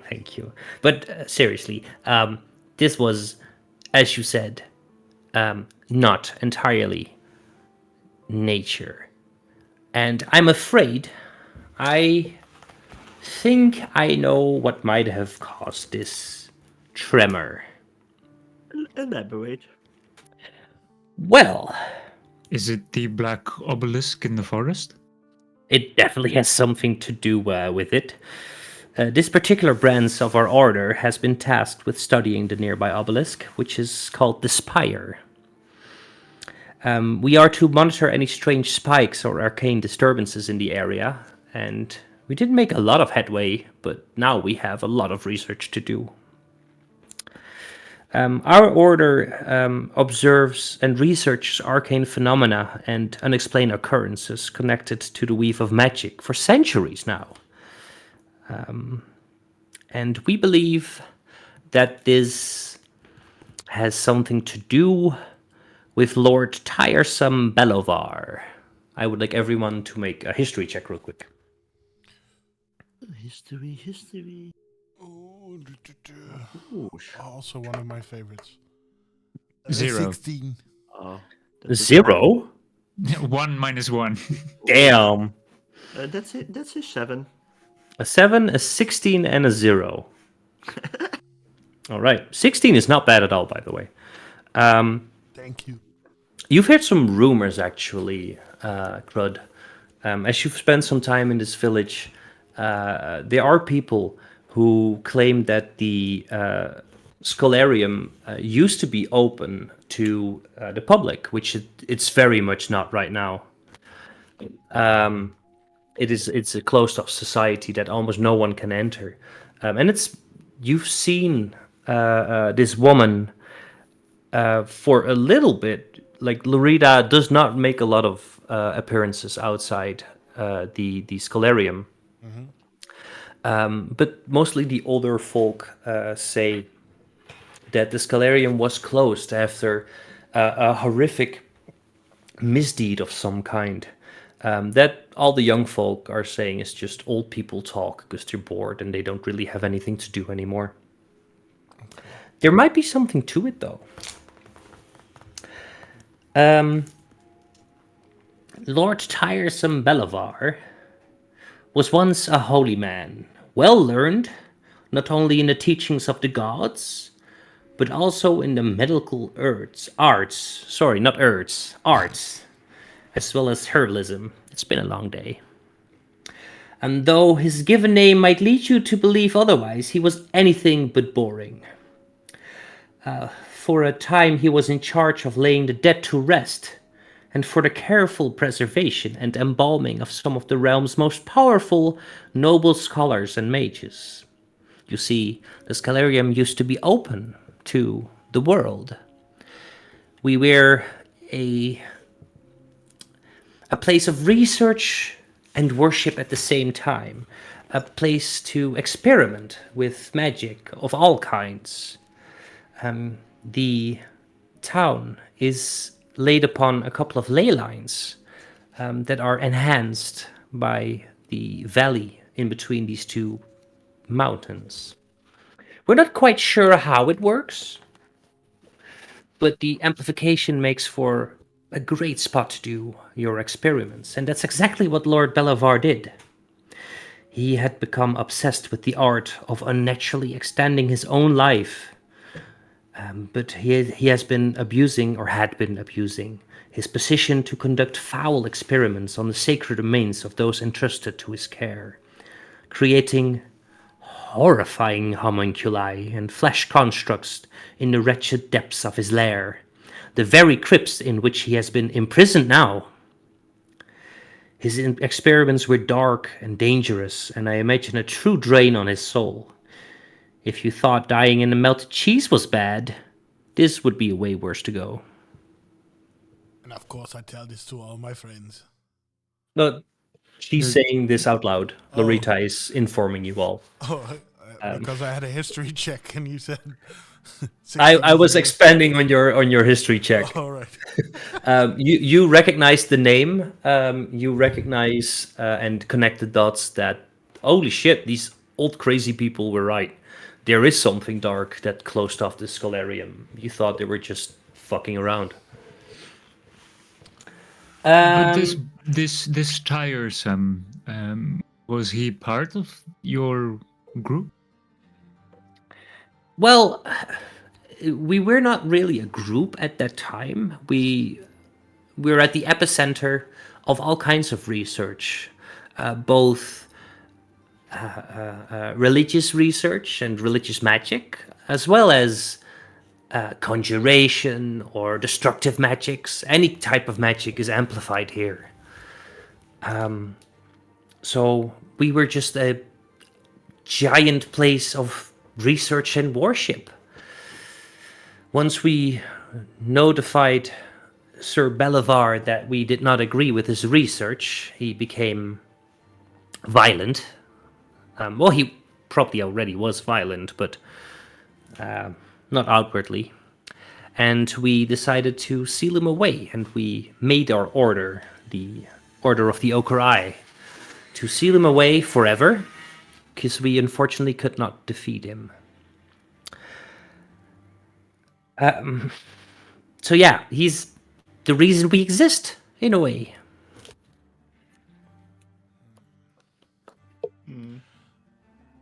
Well, all I hear is the trouble you couldn't fix. You're making it someone else's trouble now. Well, we tried our best, and we are gonna have to try our best again. But he was a holy man, you say? To what did he pray? I don't know, as the DM. It says Lord Tiresome Belivar was a holy man, and it does not say what gods he worshipped. I am fairly sure that means, because this one shot is not from D&D Beyond or Wizards of the Coast. thank you, Wizards of the Coast. So I don't think they use they keep it open for the DM to fill in the blanks. But I had about an hour to prepare. Just say Tiamat. Okay. Tiamat, Amazing Tiamat. maybe. We don't know actually. It's been a long time. We're just guessing over here. An evil god, probably. It was Orcus Dorcas. Have you ever heard of him? Oh, that might be him actually. Orcus Dorcas the Mighty. Anyway, in the decades since vanquishing and entombing Lord Belivar beneath the spire, the town felt the obelisk's reputation was bad for tourism, and rebranded it to being an aesthetic choice. Mind you, this was, at this point, more than a century ago. They started the monthly battle, competition called the Higher Up the Spire, which is a barehanded climbing contest in which people can win a lot of money. Little do they know that they're climbing the tomb of an evil wizard. Unfortunately, we had to look into the tremors as well as strange lights at night in this region quickly and covertly, because we don't want to cause a panic. It's a little bit too late for that now, though. We are severely short-staffed as an order, because we're a secret order, and we're all working really hard to make sure that this town isn't impacted by the deeds we have done in the past.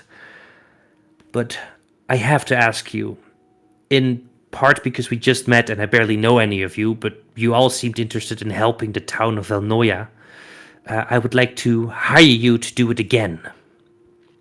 I am hoping you'll look into the area around the spire with me, and my hope is that all of this is connected to the Order's subterranean, there we go. Why was that so hard? Traps and wards. One of them might be misfiring, but if it's something worse, we might need to call in every member from our order across the realm. So we're hoping this is a malfunction of our glyphs and wards, and if it's not, then we can panic. I might be stupid in asking this or in thinking this in the first place, but did you really seal a powerful magic being in a location Where supposedly all magic is more powerful? That's the thing. We weren't able to defeat him back then. Mind you that I was not there for it. This is history that has been recorded. Many people died in the fight, and they managed to entomb him in his own, well, laboratory, for all intents and purposes. He was entombed and has been described as defeated, chained, and locked up. He should be made inert, but with the earthquake going as hard as it did, I am not sure that this was just a trap or a glyph or a ward misfiring. How long of his life did he have left when he was locked? This is hard to say because, unfortunately, his whole research was extending his life in an unnatural way by tapping into the life of people past. So we are not entirely sure how successful he was. He might still be alive. Either way, I need to be certain what is going on here.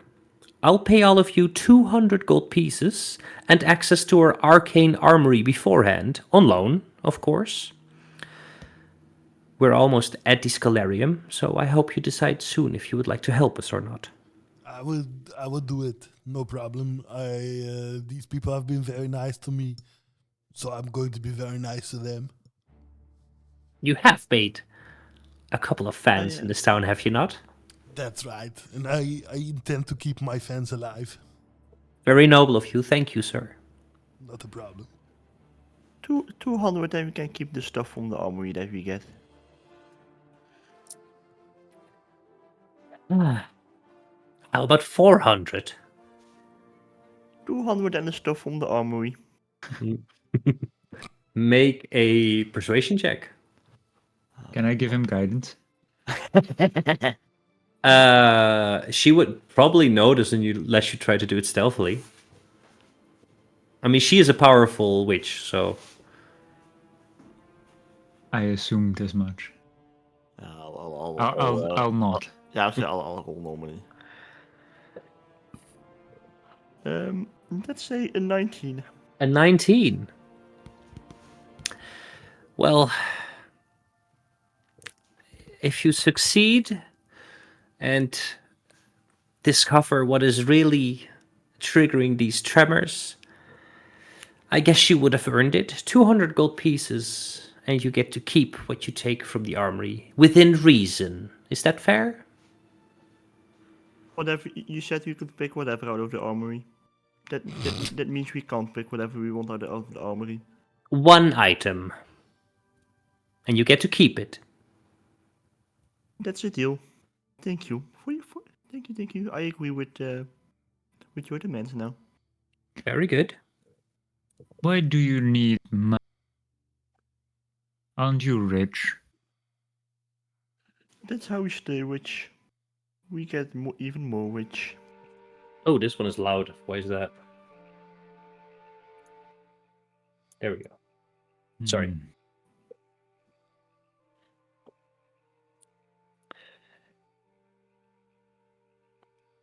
I guess I don't have anything better to do today, at least. A good as reason as any, isn't it? Well, I haven't, I'm not done with life yet. I don't know how dangerous this is going to be. Think of the cheese when we come back. We saved everybody, and there's going to be this big pot of cheese again for you. You can dip your fruits in it. I do have to say, if you save this town and you help us, I bet they would be very thankful, and cheese would be free for life, I imagine. But that's not up to me to decide. But the cheese pot is broken, and all the cheese has flown out. They've made more cheese. They're not called cheese daddies for nothing. That's canon now. What is a daddy? That was already canon. Cheese daddy. Someone who provides you with as much cheese as you need. Cheese daddy. All right, I learned a new word. Very good. New music, new words, new tastes. Your day has been going very well, hasn't it? Except for that I almost Died by drowned food. in hot cheese. Oh, you wouldn't have suppose drowned. so. You would have burned to death. Yes. As she says that, the large window of the Zeppelin passenger's bubble reveals your approach to the spire. It is surrounded by lush forests and snow-capped mountains, and there's a bald patch of land around the obelisk where it seems vegetation fears to tread. The barren land here has formed into a rotten, lichen-padded bog, where the spire rises as if it had been thrust into the heart of the earth itself, a wound from which the land has been unable to recover. We call this place the Scab. Nature itself recoils from Belivar's remains. The magic wielded to seal him away has wounded the earth itself. See how the soil seems to bleed? But still, this land can heal. One day. It just takes time. Maybe it is foolish I still hold up hope that underneath this scarred earth, fresh, bountiful soil will emerge one day. All right. It's time to pick an item from the armory and get to work. She leads you all to a room within the Sepablimp that has quite a couple of things. I would like all three of you to roll a d20. All right. 15. Mm-hmm. 5. 4. Okay, I'll start with the 4. She picks out for you a stone of good luck, which effectively is a luck point. Do you know what a luck point is? No. If you get 3, you can re-roll. If you have 4, you can also re-roll. And if you have 5, then you lose all your luck points. I'm not sure we're talking about the same luck points. It's literally a free reroll. So if you roll something important, Oh. you get to completely re-roll it. You have to use that roll though. Oh yeah, I used it in another game. We get luck points if we miss, and with 3 we can re-roll, and with 4 we can also re-roll. In 5 we lose all our luck points. With 3, 4, or 5, what? Luck points. Oh, you like stack luck points and you can do different things with them. That's a cool homebrew. I like that. But this is just a straight up reroll, basically for anything.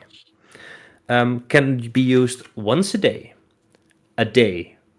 This is supposed to be a one shot, and you get to keep this. So you get a free luck point a day, or a long rest, actually, technically.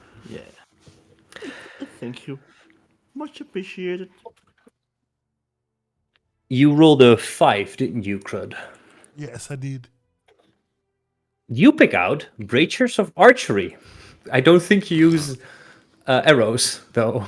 Not yet, but I can use. No, I can't even. You can't. Okay. What is your weapon? I have a long sword. A longsword. Let's call them braces of the longsword. All right.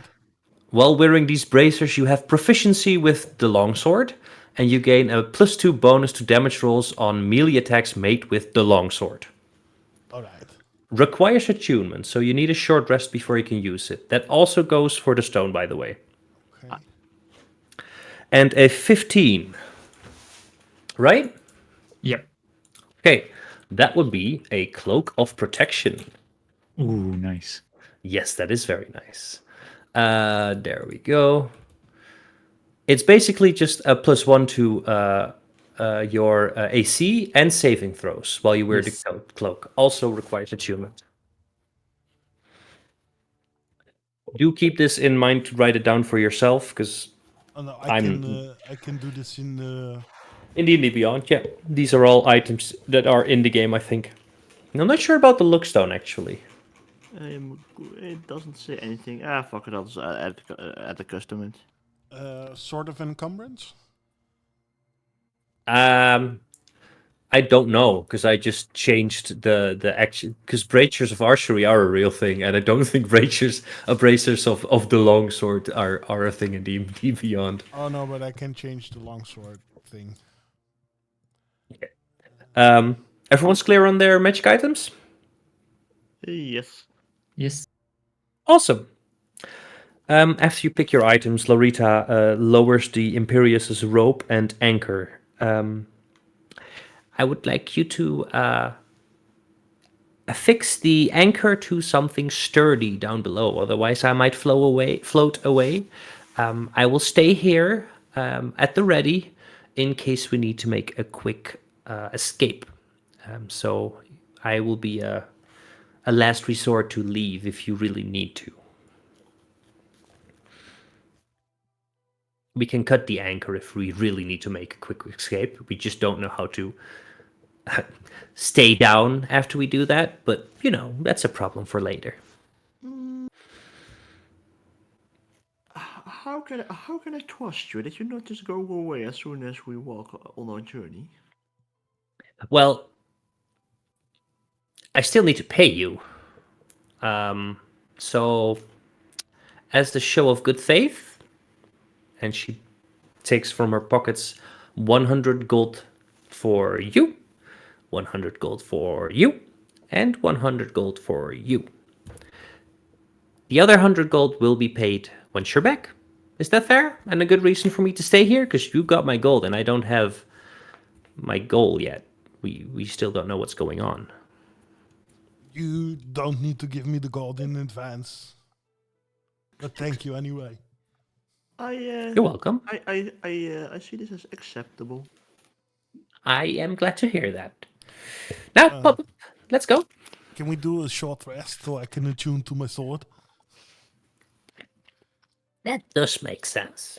We have a wonderful cantina in this beautiful Zeppa blimp right here on the Imperius, I think it was called. I forgot. Yeah, the Imperius. She leads you to a small chamber where there is effectively a coffee maker and a couple of chairs. You take your short rest and attune to your magic items. Yeah. It doesn't make sense in the story, but I'm not going to give you magic items and not be able to attune to them. Are you ready to depart for adventure? Yes, indeed. Yes, I am. All right. I wish you the best of luck. Be careful. And hopefully see you soon. I have one small little tiny question. Of course. Say that that being, that man, that wizard, that powerful whatever he is free or alive. What is he capable of? That is a very good question. I will look it up in a book real fast. So what we know about Lord Tiresome Belivar is that he's a necromancer. And that he, well, has powers as that of a necromancer, meaning that he is immune to cold and necrotic damage, and poisons don't work on him. Besides being a necromancer, he's obviously a great sorcerer. He has magics, all based in the necrotic variant. Both. Variety. Um, So he does do like raising the dead, talking to the dead, things like this. I know that he is very, very well versed in the necromantic powers, and that the undead beings in his control, back then at least, we're very powerful.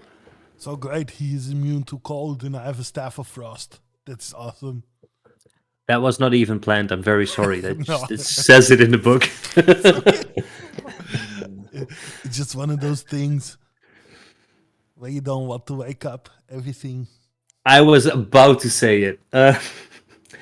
I also know that he is not truly a human anymore. At least he wasn't back then. God, I hope he just is fully dead. That would make things a lot easier.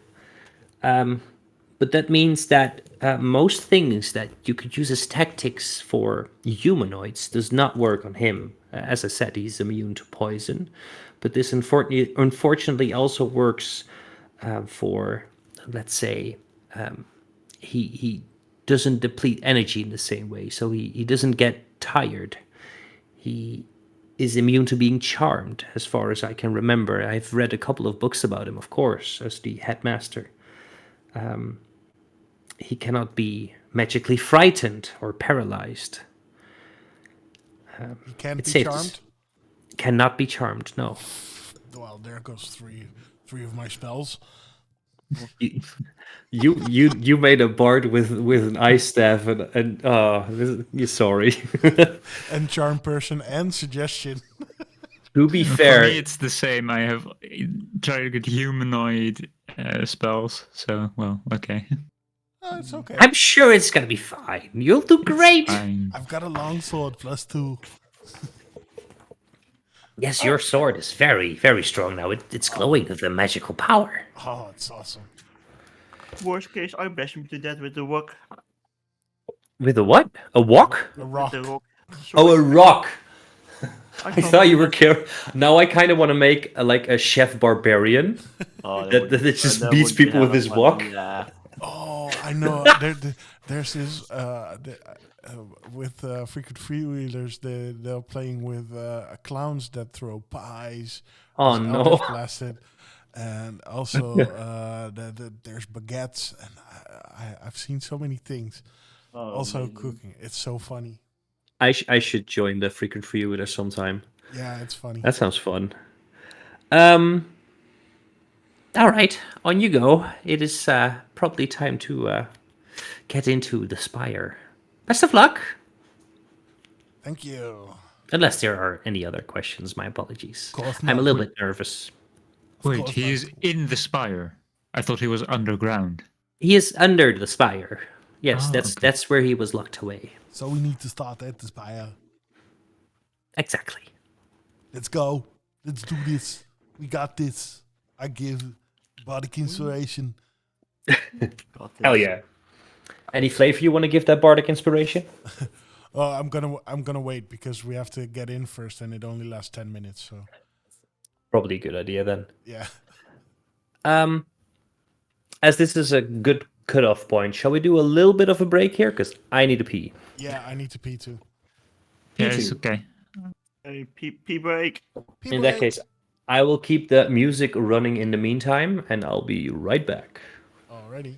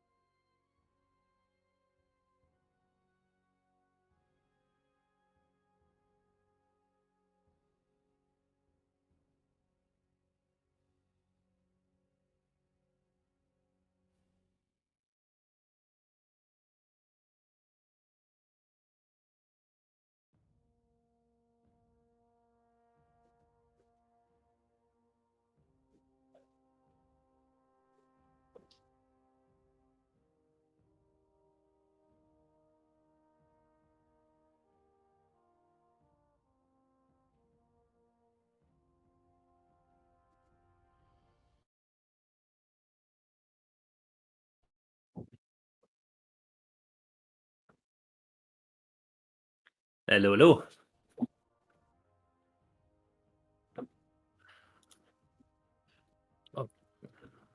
Hello. So we're back. Is everyone back? Not sure, but I am. I'm back. All right, perfect. Until Bragg is back, I'm gonna keep reading a little bit.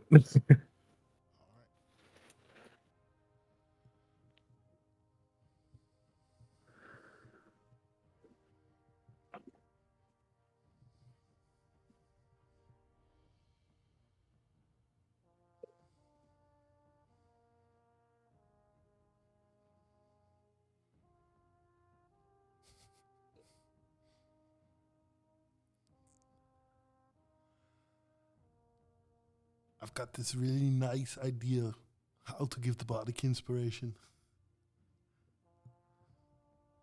Bum, bum, bum, bum. No. It's more like one of the. Did you ever see that clip of this SNL cast member who used to work in movies, and then Arnie came up to him and said something? I don't think I've seen this clip. I will share with you after this video clip, but before that, I will use it as my bardic inspiration. So keep yourself on the edge of the seat. It is about to begin. Always.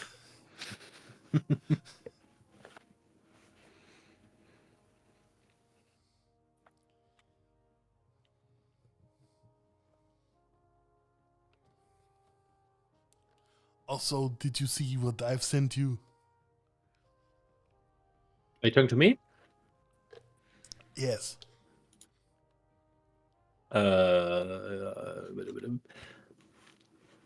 I don't know the song, but it seems fitting.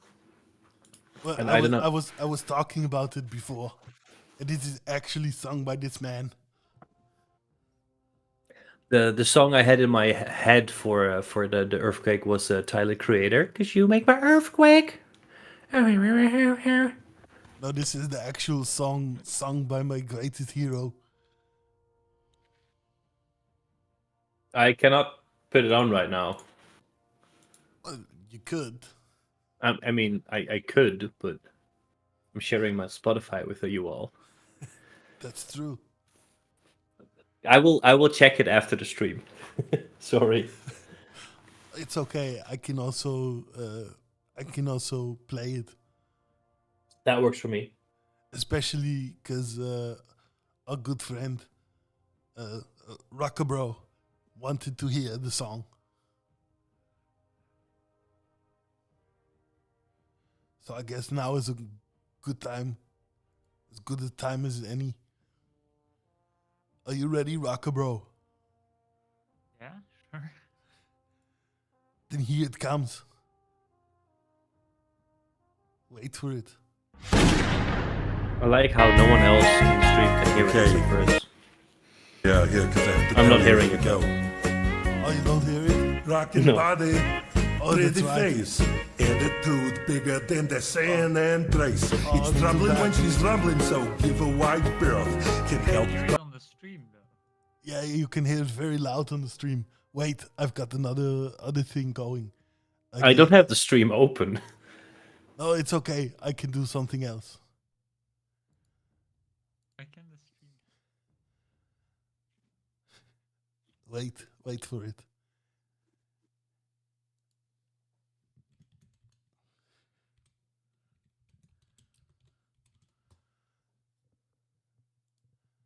There it is, right there.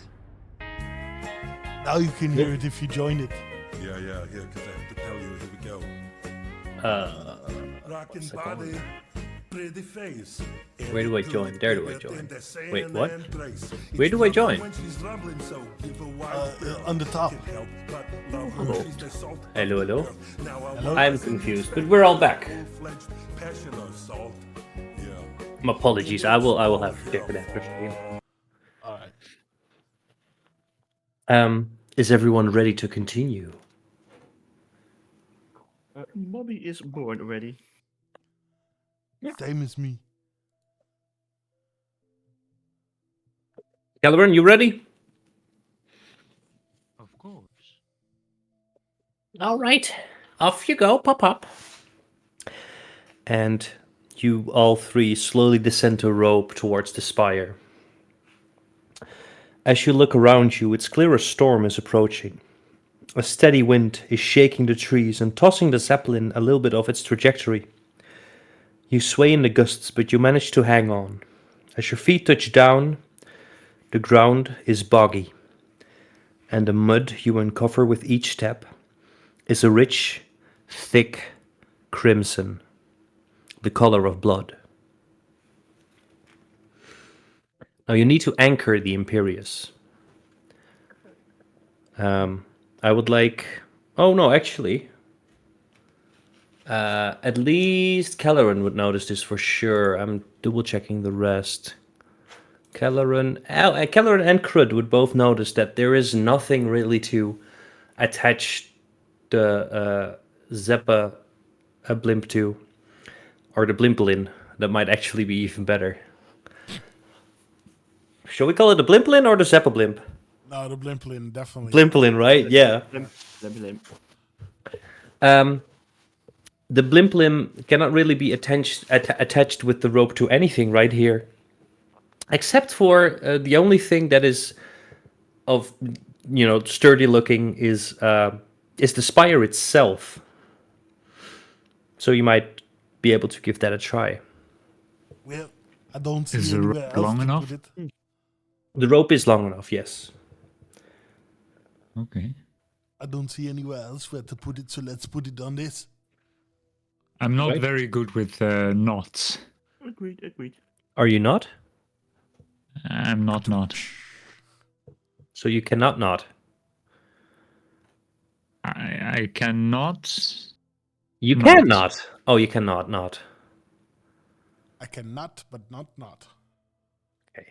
Whoever would like to try to attach the rope to the spire. What kind Let's- of thing? Well, let's start with getting the rope to the spire in the windy storm, and of course, Lorita is trying to steer with you in these heavy winds that are getting stronger and stronger. But I would like a strength check from whoever is leading this pursuit. Yeah, I'll give it a go. All right. I help him, so it's advantage now. Advantage. Oh, I give him guidance. Oh, damn. Advantage on your strength check. Athletics, by the way. Plus 1d4, right? Yep. Athletics, you said. Want to buckle my shoe. I just rolled twice then for this one, since I can't see it on D&D Beyond. Oh well. The first one is a 17. Oh, well, the second one is also a 17. Plus a D4? Plus a d4. Plus the 1d4. D4. Wall. Plus a 2 is 19. 19, very good. Without much effort, you manage to pull your way towards the spire and start attaching the rope to the spire. I would like one dexterity check as well to see how well you attach it to the spire. There we go. Oh, let's say 3. You both see him fumble with the rope, and it's not attaching. You could help him if you would like to. Yes, I would like to help him. All right. And I give Crud guidance. Crud, make a dexterity check plus 1d4. With or without advantage? I would say because you there's already been a roll for Mubby without advantage. Okay. Let's see.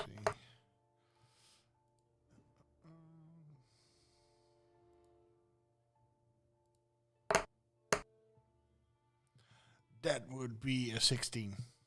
16 total. Yes. You take over the rope and quickly attach the rope to the spire. Now, as you secure the heavy rope to the spire, the obelisk seems to shimmer with a continuously building glow. You take a step back, and there's a burst of light from the clouds above as lightning cackles down from the sky, snaking around the Imperius before slamming into the spire. Thunder booms as energy courses through the obelisk and into the ground beneath you. The entire structure starts to shake, and a large crevasse, similar to those you encountered during the earthquake, begins to form as the loose earth beneath you shifts.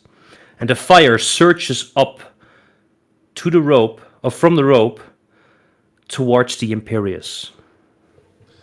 I'm not a genius, but this doesn't seem good. No. Fire. The rope is on fire, right? The rope is on fire, making its way towards the Imperius. I cast Ray of Frost on it. Okay, yeah, and I cast Create Water and make a rain cloud. All right.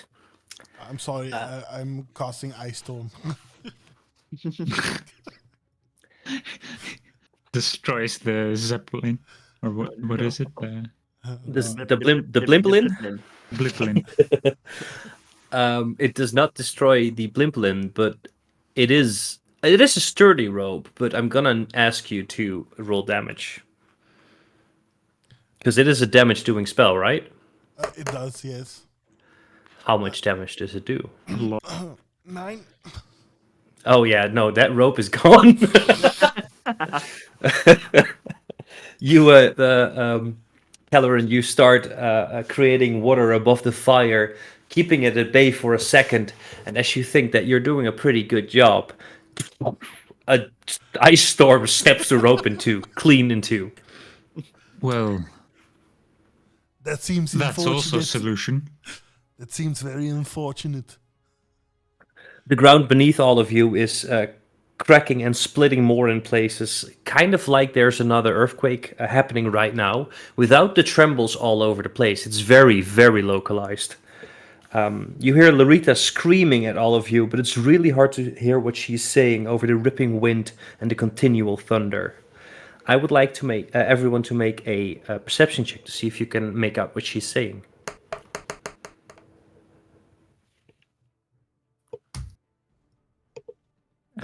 25. Jesus. 13. A 25, a 13, NA? 6. A 6, okay. Kelleran, you are the only one able to make out exactly what she is saying. Somehow you are tuned in to her on the same wavelength, and she is warning you. Behind you, there is movement! I'll come back for you! Look out and make your way to the spire! And as you turn around, you see from the ground going up, she's pointing towards the cracks in the ground that seem to be bleeding now. Thick, mucus-like globs of blood, and the globs grow larger and larger, defying gravity as they start to stretch towards the sky. And it kind of seems, as they start to grow more and more, that they have faces? Blood oozes are rising up from the surface. 4 in total. Roll initiative. That's a 5. Brad rolls a 3. I have not 18. made... Damn, I've not made the encounter yet. Let me do that real quick. Next time I'm doing a one-shot, I'm definitely taking a little bit more time before going for it. Why? I'm having a lot of fun. And of course, there's no blood oozes on D&D Beyond.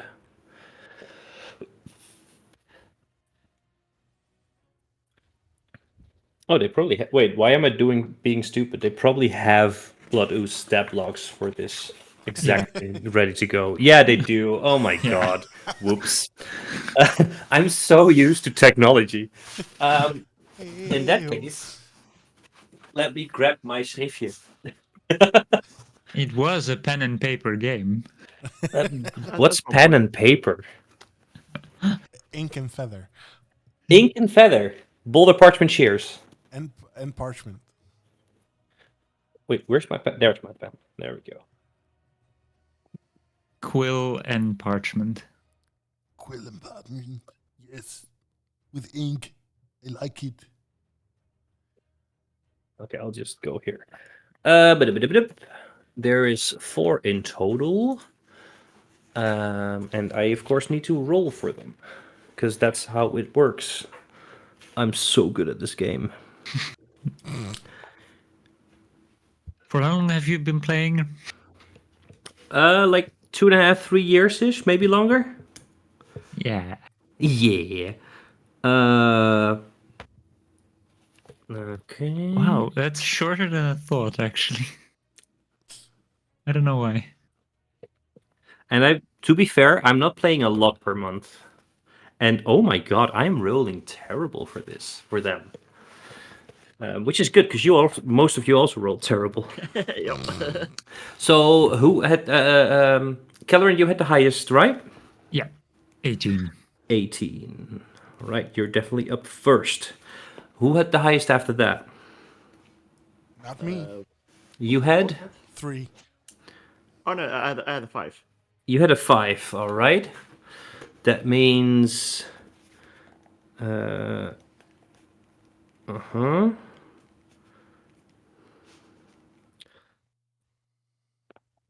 One second, I'm sorry about this, guys.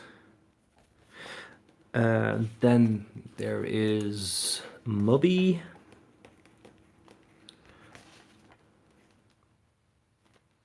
You both have a dexterity that isn't -2, right? I have a +1 dexterity. There you go. Okay, so it's Crud first and then the last ooze. As I said, I rolled terrible.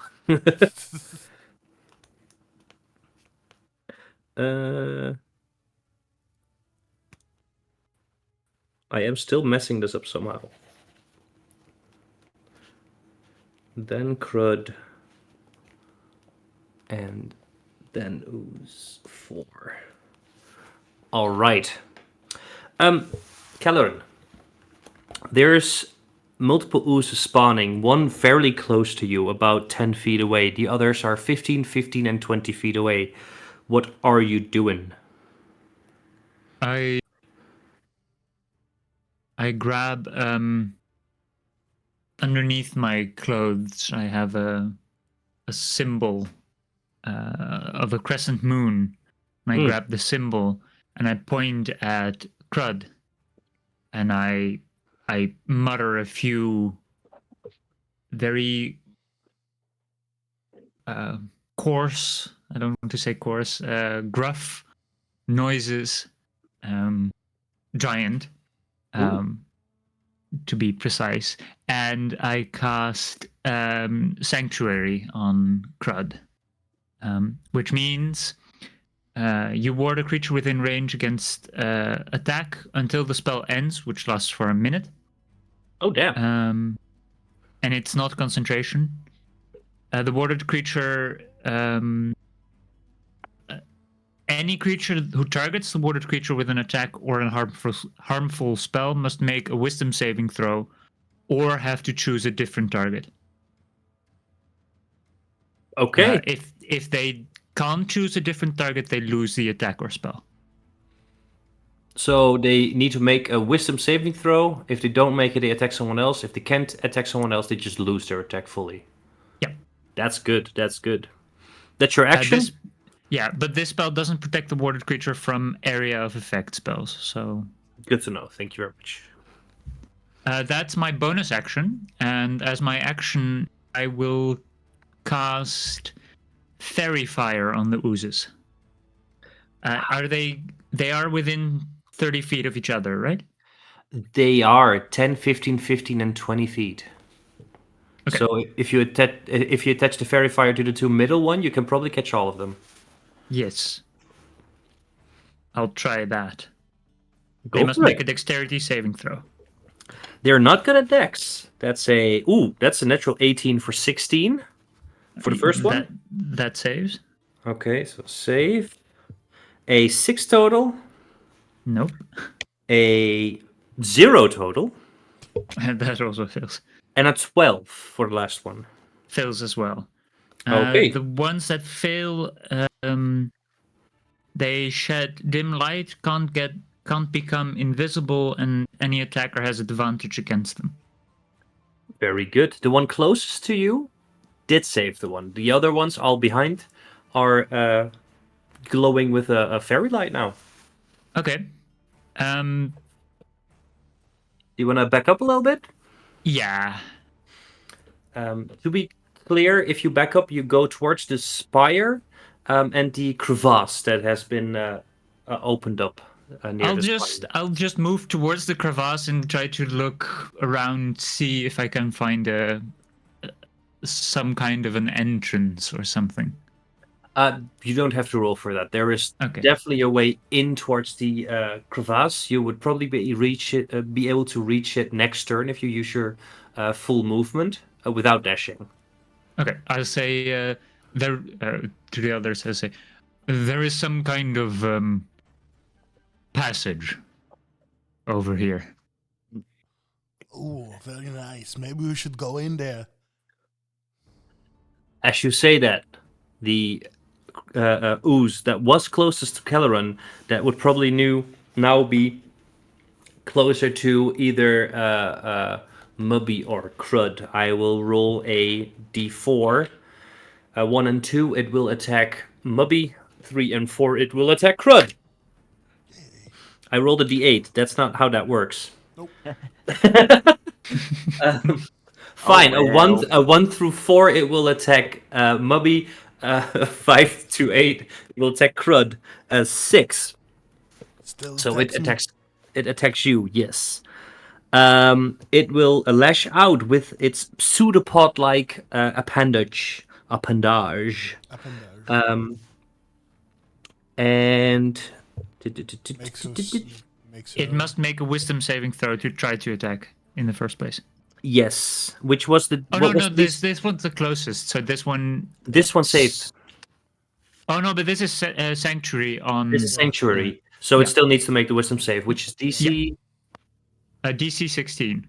Okay, it does not make that, so it attacks the closest person next to it, which is no. Mubby. Mubby. So Can it reach to attack it from where it is? yeah, you just went down the rope, so you're probably very Yeah, close okay. together. You walked so away a they're little within bit. 5. They're too Yeah, close together. Yeah, Sure. Yeah. Which is a pretty good roll. That's an 18 to hit. Yeah, that hits. Okay, so it will bludgeon you with its pseudopod appendage for that's a full 6 on a d6 plus 1, 7 damage. That's pretty rough. Yes, sorry about that. Yeah, good. And that's his part of his movement, but it will not go away further. As the second ooze walks up or glides up, squishes up towards it would be Mubby because Mubby is already being attacked. And how much feet they? I said 15, 20, 20. No, I said 10, 15, 15, and 20. I don't remember. Fuck. Yeah. Something. It will get within 5 feet of you. So not within your melee range, but with the pseudopod arm, they have a 5 feet reach. And will go for an attack, just like its brethren, which is a 16 to hit. I'm rolling well now. But yeah, my AC is 16 as well. That hits. Oof. That's another 5 damage, bludgeoning. Yeah. The other one. No, wait. I'm going too fast. Mubby, it's your turn. Mubby is slightly annoyed that he's getting attacked. And, Yeah, one is right in your face. The other one is 5 feet further, with like long, slippery things trying to attack you. Exactly. The one that's closest to me, I'm gonna fucking yeet with my glaive, and now I have to read it again. But I also have something called Divine Smite. You're gonna use a smite on them. Nice. I'm gonna use a smite on. Starting at the 2nd level, when you hit a creature with a melee weapon attack, you can expand 1 spell slot to deal. You can choose after you hit if you want to expand it. So So I can attack you first don't and have then, to you don't have to say it immediately, but You can choose whether you need it after you roll, right? Okay, fair. Then I just normal roll to hit. Roll That's to hit. where the fuck are my dice? Oh, that's a 21 to hit. Definitely hits. These are slow and big. They are easy to. They're harder to miss than they are to hit. Quite literally. Well, then I have to say now if I use Divine Smite or not, right? Yeah. Yeah, I'm fucking Divine Smiting the shit out of them. Let's go. That's 9 damage for my glaive, but then I have to roll. Let me see, one. you roll d8 plus a d8 for every Level, right? level So of the spell. Yeah, so that that's you 4. use. So that's 48. Wait, you're gonna throw 4 levels in it immediately? Oh, you use your. It works per. I thought it worked with that. Spell It just levels. automatically. I think you have to choose, It right? is your spell slot level, like the Yeah. level of your spell slot. Not your actual level. Uh, That would be insane. At level yeah, 20, Divine yeah, Smite. yeah, exactly. Well, I was like, why the fuck is this shit so busted? It's still pretty busted, to be fair. I have add to spell attacks. That's fine, and I use only one.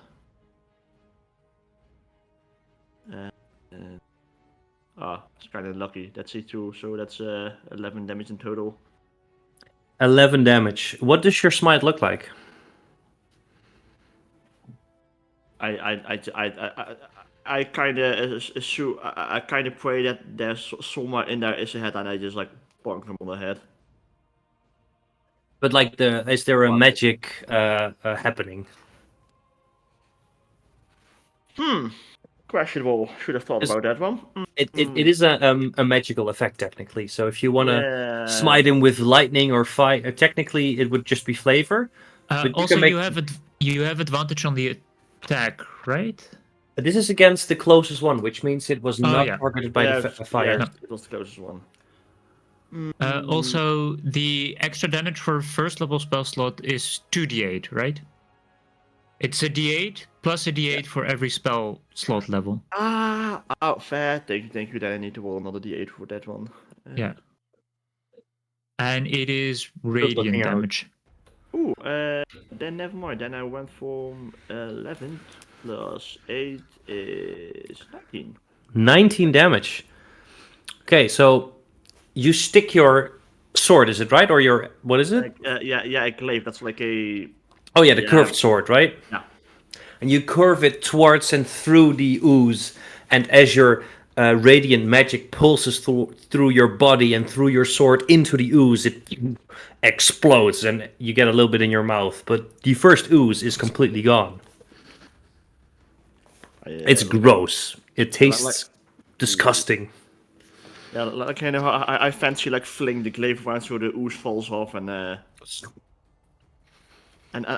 make sure that all the ooze is watching. Oh, they saw this. If you want to use your bonus action for it, I would allow it an intimidation check. Oh yeah. Fuck. Oh no, technically they're immune to being frightened, so I'm not gonna. No, yeah, never mind. let's not do that. They're not very smart. The glaive is a pole arm. It's like slightly like it's just like a middle to like long pole with like a. Yeah. Spike. So you have reach, is what I mean, more than just. Yeah. Feet reach. You can reach the other one, but you only have one attack, right? I think so. Yeah. Yeah. You still have a bonus action and your movement. If you move away from this, you know it can reach you with 5 feet, so it might take an attack on you.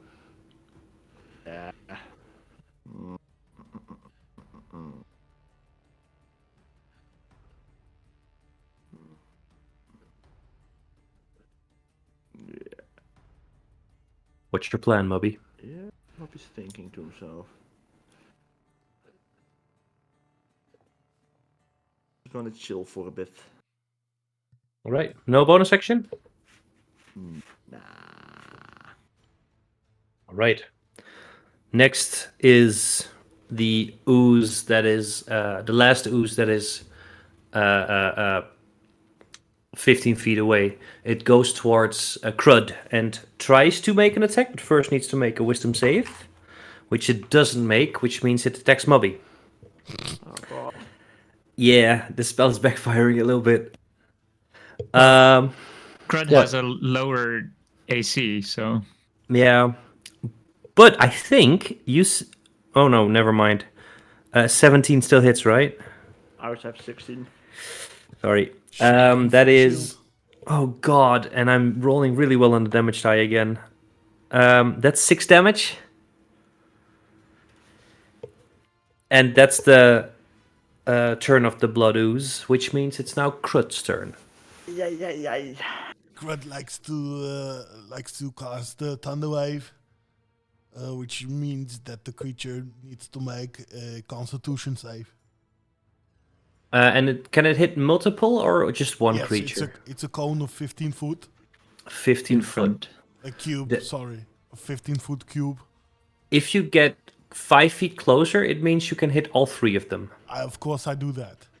All right, and they may need to make a Constitution save. DC? At 13. They do have pretty good con, so if they roll a 10 or higher, they save. Because meets it beats it, huh? Yes. That's... The first one fails.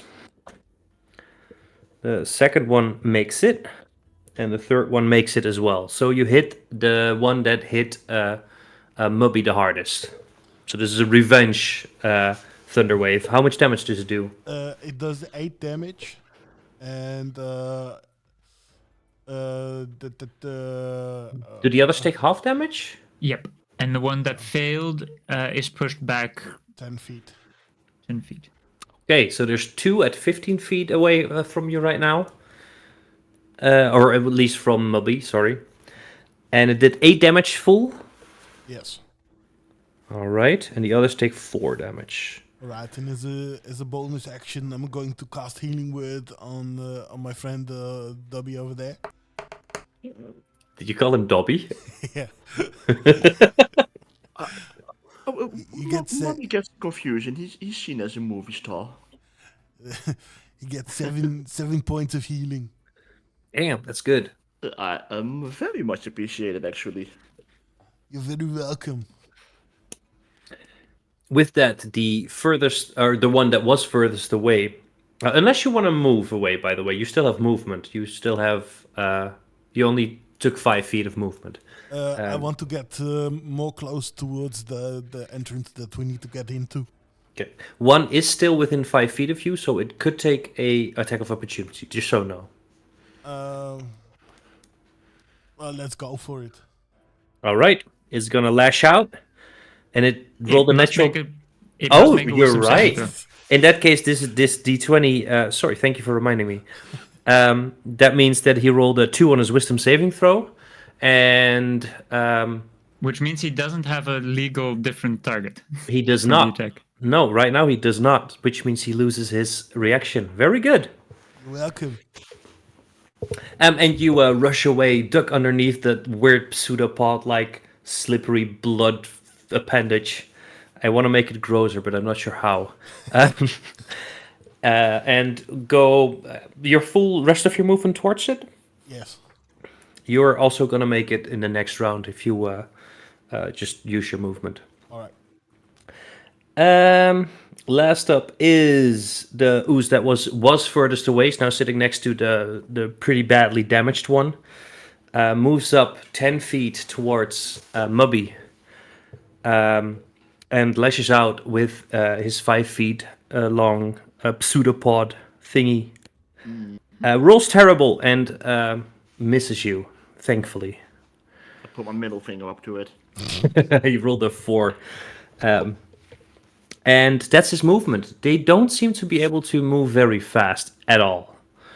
With that, Caleron, it's your turn. Oh, and as you are ready to make your move, about 10 feet away from Mubby, another ooze, I'm going to call him ooze number 5, enters the fray and rises up from the ground. Ooze number 5, also known as Ghost Starring. Sure, that's his name now. Caloran, what do you do? How far are they from me? Or how far is the ooze closest to Moby? Moby? From you, that would be, because your movement is, let me double check. 30 feet. All right. So it would be about 30 feet away from you. No, 35. Is this the ooze that was smote, or? No, the ooze that got hit hardest with the thunder wave is further away. That one is 10 feet further away, so 45 feet. Okay, I'll target him with Toll the Dead. Ooh. Which is a wisdom saving throw. Okay. That is a... Jesus Christ. -2, 14. That fails. Okay. So he takes 1d12 damage. Damn. 8 necrotic damage. I don't know if this is going to be... It is not resistant to necrotic damage, and you notice this because it had exactly 8 hit points left. How does Toll the Dead kill this ooze?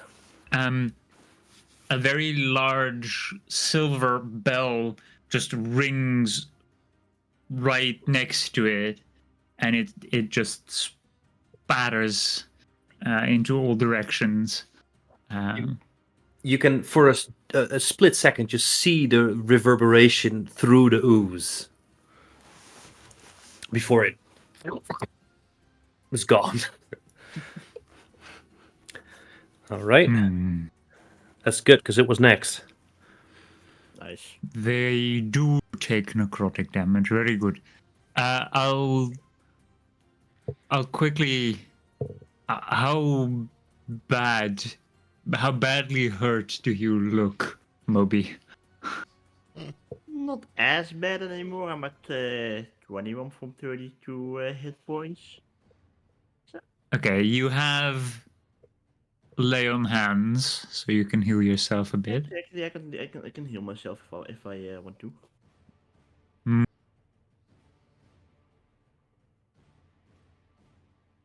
I'll move further towards the entrance. You want to fully go there, which would be about 20 feet from you, I believe. Yes. Okay. You see that there is definitely an entrance that goes down. It's not just a straight drop. You can squeeze through it. You also notice, especially because these are 3 big dudes we're talking about, because you're like 8 feet tall, if not a little bit taller, right? Yeah, I'm 8'1". Damn. You all can fit in here, barely, one at a time. So you will need to be in a queue going down. Movement will be halved for the duration that you're in this tunnel. The tunnel seems to be about 30 feet. Okay. You have a little bit of movement to start this trip if you want to. But you can also stay outside and assist for now. I'll stay outside for now. Right. Do I see anything inside? Can I see anything into it? Perception check. I do have quite good dark vision because of... Good to know. That is 17. I have... because of the Twilight Domain. That's really good. But I need to do a quick check in my notes. I have a 300-foot dark vision. Well, first thing you notice is that there's a small breeze coming from inside this. So there's definitely a large cavern underneath there somewhere. And I can see through magical darkness. Okay. There doesn't seem to be any enemies or anything right into this crack.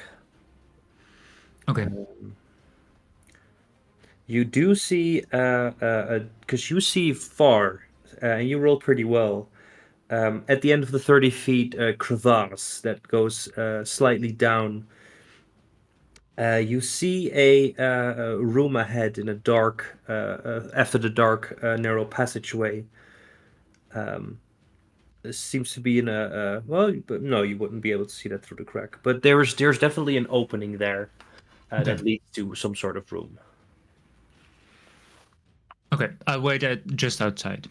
All right. In that case, Mubby, it's your turn. I'm still pretty surrounded, am I right? Yeah. Not surrounded, but there's one that's close to you, close enough to you to attack you if you leave. How hurt? How hurt does it look? It looks a little bit hurt. It's still definitely holding on because it's not. It didn't get the full brunt of Krut's attack, but it's hit.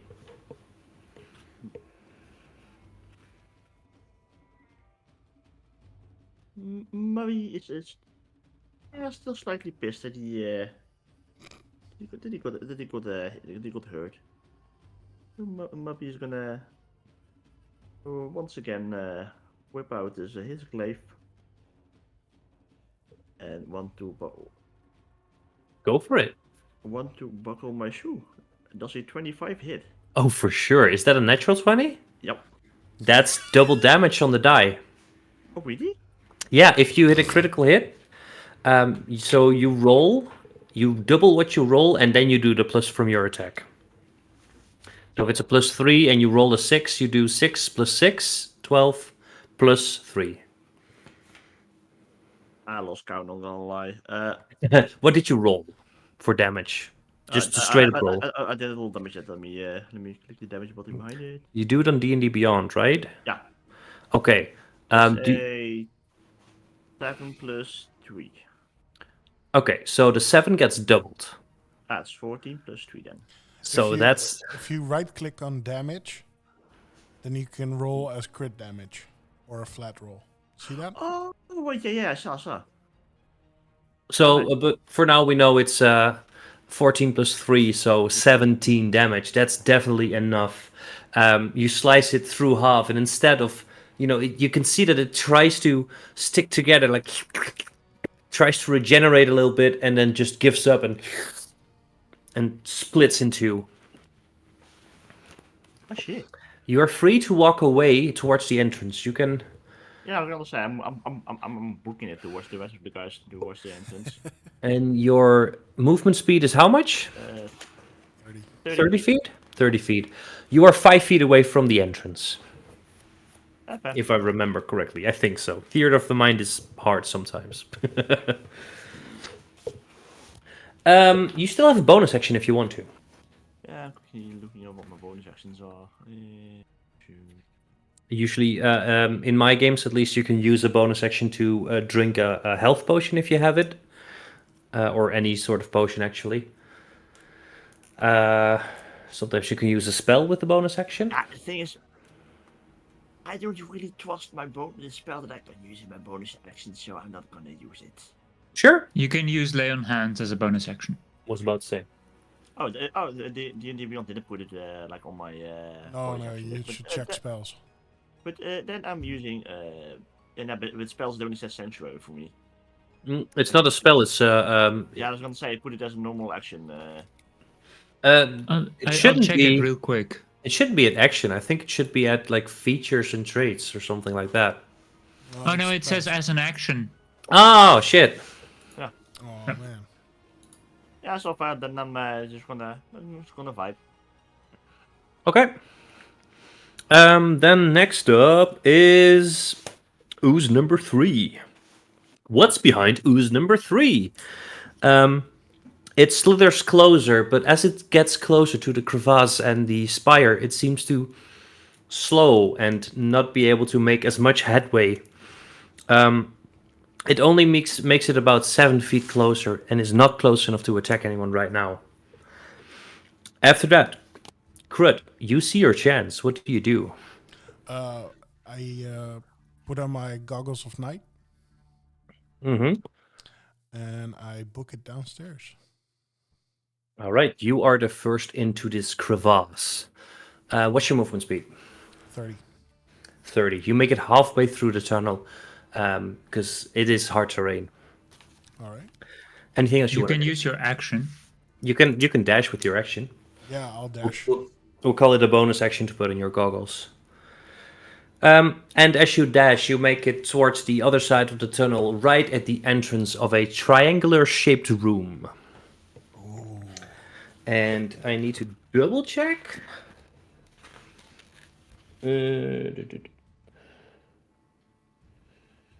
I will start saying what the room looks like when the rest gets there. Is that okay? Yeah, that's cool. All right. Then next up is ooze number 4, which inches closer. Because this one was a little bit further away, it just make it the full 10 feet of its movement speed. And it dashes, but then another 7 feet as well. Ooze number 5 does the same thing, 10 feet. Dashes with its action, 7 feet closer.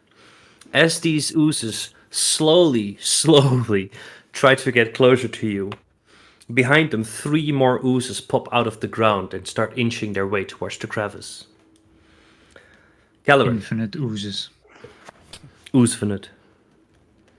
What do you do, Caloran?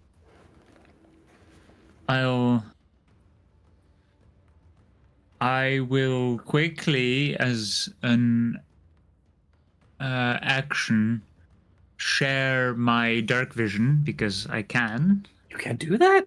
Yep. Oh, Twilight. Eyes of the Night. I can share my dark vision up to a number of creatures equal to my wisdom modifier, Which is? which is +4, so 4 creatures. These So I will share it with the other 2. Oh, I don't need it. I have goggles of night. Yeah, but you can see 300 feet with these, with my eyes. All right. Yeah, I'll It's have slightly that. further, I think. I'll have that, please. Yeah. It's still grayscale, right? Yeah, it's grayscale because that is not different. But you can't see in magical darkness, but I can. Okay, so they can't, you can. Good to know. Yeah. And then I use my movement to get as far into the crevice as I can. You make it about halfway there because you used your action. Bonus action? I will quickly check. I don't think I'm going to use anything. Okay. Let's see. Spells. No. Moby. No. In that case, it's your turn. Well, as Moby can now see, he is and he sees more of the blobs appearing here. Like, oh gosh, guess you can only win with getting reinforcements. Oh, and he walks towards the door as well. All right. You can make it if you use your action as well, all the way towards Caloran before Caloran is blocking your way in because he's being a little bit slow. But it's because of him that you can now see in the darkness, which is also great. The oozes do seem to inch closer, but get slower and slower the closer they get to the spire, and are not gonna make it until, let's say, 12 more seconds before they even get to enter the crevasse, which you don't know if they're gonna do. Caloran, it's technically your turn again. I assume you just... Isn't it Grud's No, turn? it's Grit's turn, yeah. I was about to say, technically, you all just make it towards the room. Is there anything special you want to do, Grit, before I move on? I would like to know what the room looks like because I could see 30 feet and now suddenly I can see everything. Yeah, it's amazing. Suddenly your glasses seem to work so much better than they did before. It's really interesting. I turn around, I go, oh guys, my glasses just went from 30 feet to seeing everything. The glasses. It's incredible. It's Wow. unbelievable. I haven't It seen almost this. looks like magic. Yeah, it almost. Wait, did you do this to me? The disappointment. Maybe. Well, first of all, thank you very much. Second of all, I thought this was happening with my glasses. And I want to look around. It is a little bit blocked by your friends inching their way towards you, but as they enter the room as well, the crack in the wall of the spire allows some daylight to filter into this triangle shaped room, which ends in a dark and narrow passageway. Still, dead air permeates this tunnel, gently rushing past you and out of the obelisk through the crack in the structure, creating an unsettling breeze that carries the stench of decay. You can tell from this distance that a cave-in has collapsed most of the hallway here, with rubble blocking the path to your immediate left. With rubble blocking the path. Dot. To your immediate left is an archway that leads into pitch black darkness. Along the arch, carved in a florid script that any dwarf could tell you would have been impossible to chisel into the stone, is a phrase. Do any of you read Dwarfish? 9. No, but Giant uses the same script. But I can use either comprehend language. Do you want to use comprehend languages? Well, if Giant is the same script as Dwarvish, then no. Yeah, but I won't be able to read it. I will know what type of letters there are used. I think runes. all of you read Giant, right? Yep. All three of you, because Goliath do and you do too. You know what? Let's make it a group intelligence check to see if all three of you can piece it together in this script. If you want to take the time to do that, it will take a little bit. It is intelligence. I'm sorry. I lack intelligence. I'm not even going to try. I'm -1 in intelligence. Same. Do you want to give it a shot? Yeah, I'll try it. I'm not even kidding. Yes, a dirty 20. That's dirty 20. Yes. Oh man, no, I'm not. Were you attempting a crit or no? Yeah, I'm. I attempted it. It's an 18. Oh shit! It's And a a 19 2. -1. We're smart That's- as fuck. That's really good. I would say that's definitely like Crud. You are like trying to sound it out letter for letter, and you're like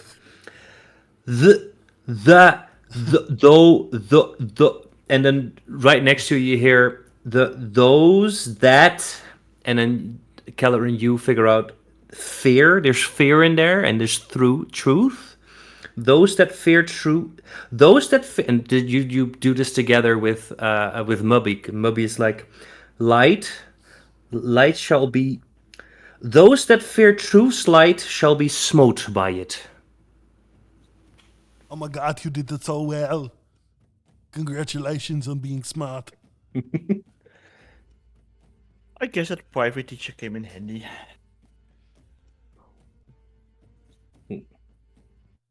Those that fear light? Those that fear truth's light shall be smote by it. Sounds like some sort of a paladin. No.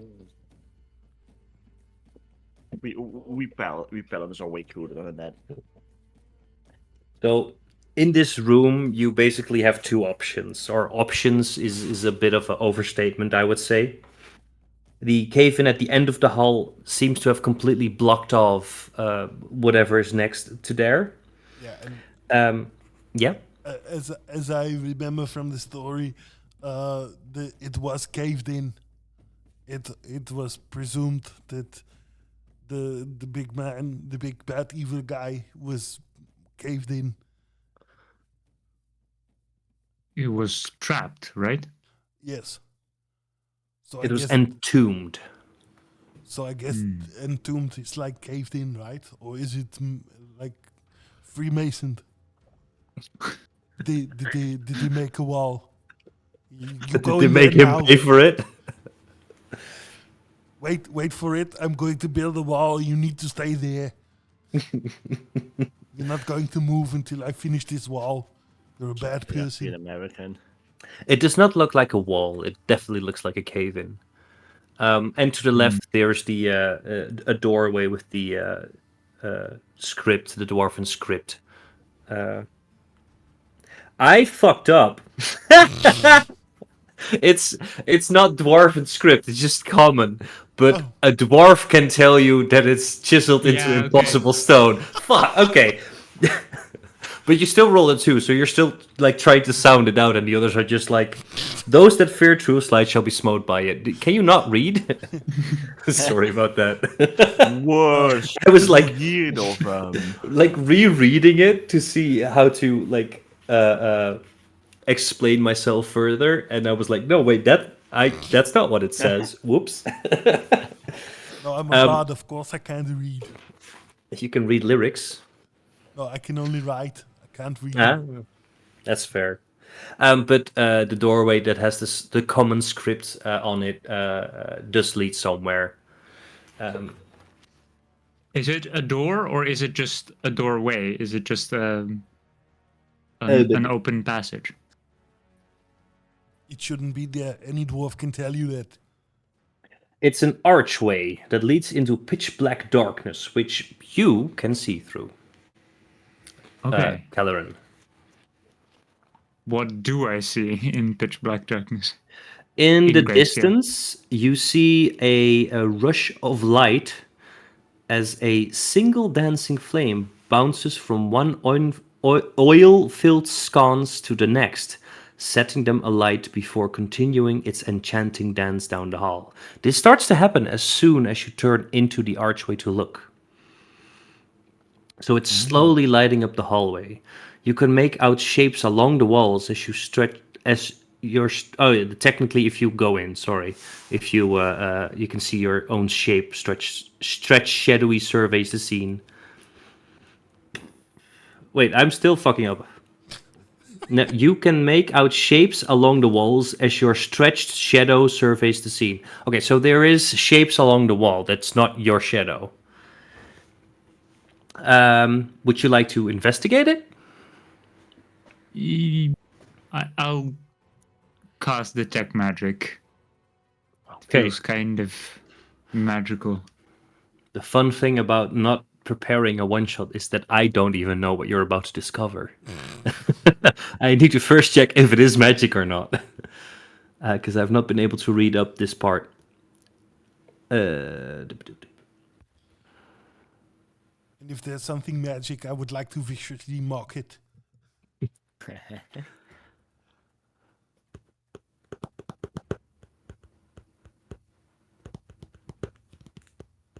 They're definitely magic. Okay.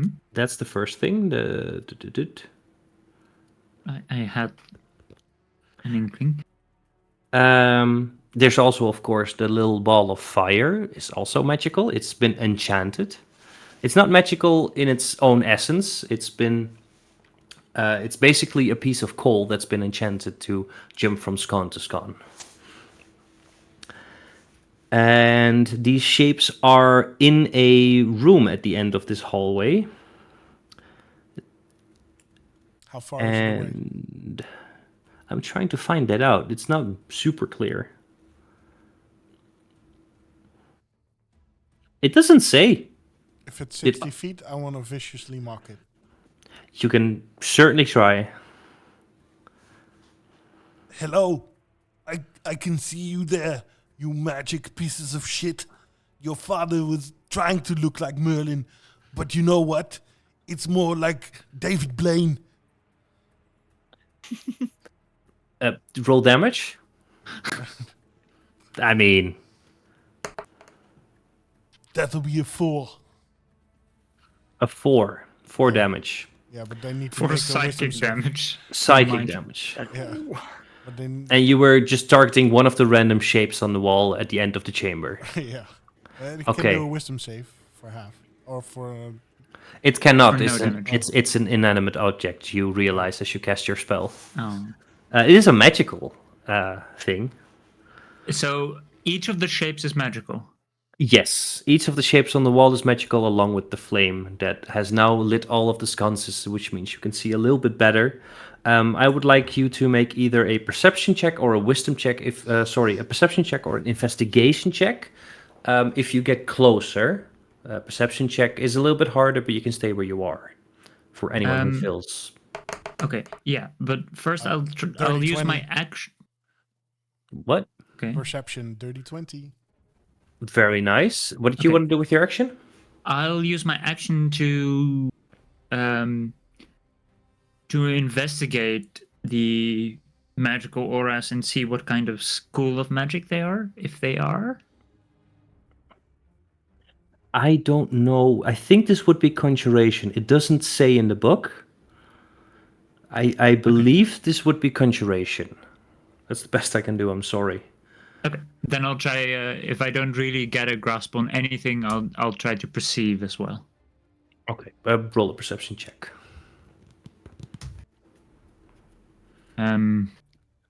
11. Not really 11. great. You cannot really tell the shapes apart, but you, Crud, you recognize some of the shapes as some look like the weapon that you have, some look like more like a glaive, others look like a battle axe or a battle hammer. There are weapons on the wall.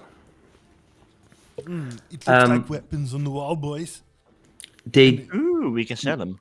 with a dirty 20, I would say that you would notice that they don't seem to be fully corporeal. They seem to be not completely there, yet there. They look like they're here, but not here.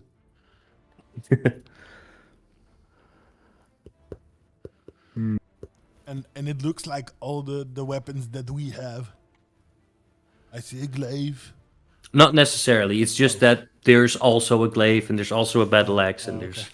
It's There are not many that. different types. Yes, There's many different types of weapons. just out of game. This is not based on your weapons. They're all the weapons. It's all All of the them. weapons. You see AK-47. That's what I was actually about to say that. Look, it's Bazooka. the AK-47, my favorite. This is an ICBM. My favorite instrument. Look, there, it's my tank. So, well, we can walk in because it's magic, but I don't know if it's going to hurt us.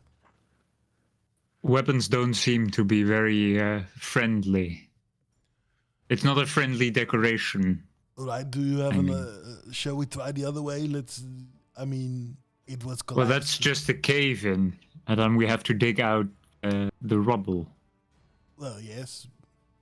I don't know how long that is going to take. Well, do you want to walk across the hallway with the weapons?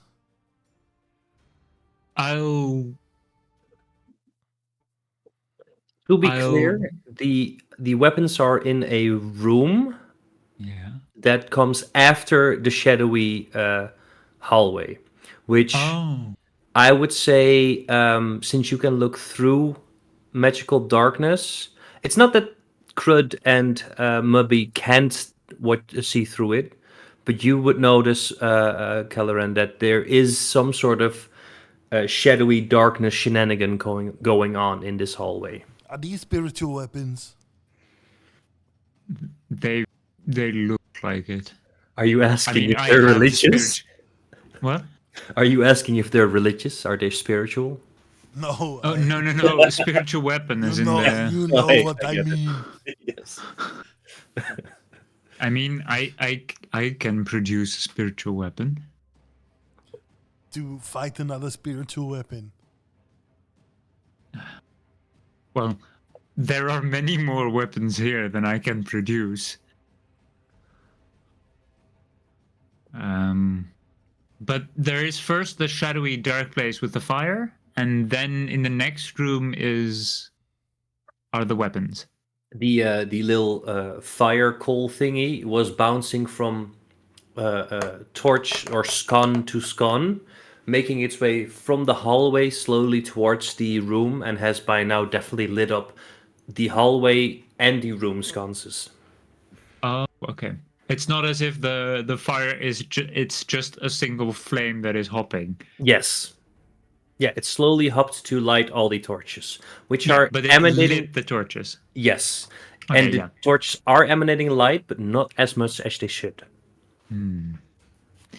There is some strange magic going on. There is not a feeling of the magic of the shadowy stuff, right? I mean, they are magical. You notice that with Okay. your The Detect magic. yeah, it all has a bit of a magical glow. The weapons in particular seem to be conjuration magic. Okay. I mean, let's just go for it. I'll step closer to investigate the weapons. Yes, please. Let's go for it. Okay. Give me first off an investigation check as you go towards through the shadowy hallway. I guide myself. Sure. Yeah. You can do this. I can't do this. I really can't do this. Oh no. 3. 3. Grant did so much better. What did you do? 6. Oh, that is so much better. That's like double the better. Yeah, that's Yeah. double. We have another one of us who can also roll. Is Mubby paying attention to this? Let's just say, Mobby is kind of just thinking about the block of cheese he had earlier. It was the best cheese you have ever eaten. Mobby rolled a 4. Wow. We ain't investigating shit. No, that 4 and 6. Great. that is even together not even the DC. So yeah, no, it seems like I mean it's magical, but it all Everything's seems fine. Let's go. yeah, it seems fairly normal. You were Wanna expecting get out of this dusty dump. yeah, what you were expecting when Larita told you how all the glyphs and wards and traps were there, they're not here. Apparently, you're not really in yet. That's what she said. Also, Is that what she said? you see the weapons on the wall, which are shadowy weapons. They seem to be made out of shadow. There's 6 in total. And I'm trying to come up with what they are on the spot. There was a glaive, there was a battle axe, there was a battle hammer, there was a longsword. They're all melee weapons. So give me a melee weapon that you like. AK-47. Oh wait. That's a ranged weapon. Just a hand axe. Seems fairly decorative as well. Battle axe. Warhammer. A dagger. I'm going for a dagger. A rapier. I like a rapier. Let's go for a rapier. So there's a bunch of weapons on the wall. Let's see. Do you do anything with the weapons? Do you just stand here in this room for now? Is there an exit to this room? Not one we could find. I'm trying to find it, but this. I'm sorry. I so far I really like the one shot in the sense that I feel like it's fairly interesting. At the same time, it is written in such a way that you cannot, as a DM, go straight through it from A to Z because you have to go back towards different things that were described earlier. Or so I'm constantly searching for what I'm looking for. Keeps you on your toes. True. So, Puby, tell me Oh. something. The chamber itself is fairly big, has a hallway at the end of it. Let's say that this chamber, let's call it 60 by 60, so decent size, feet. At the end of this room, there is another hallway, and I would say that Caloran would notice that it leads to a very long corridor that you right now cannot see the end of it, because I'm saying it as you are entering this room. So about 310 feet away from you is still darkness in this hallway. Okay. There is a hallway at the other side that is very long. I say let's go. Other Yeah. than the weapons, it's an empty room. If there's no more weapons, let's go. They are definitely not normal weapons, but I can't do anything about them now. So They are to dust They are too dusty for my liking. Let's go. Just go for All it. right. Let's do this.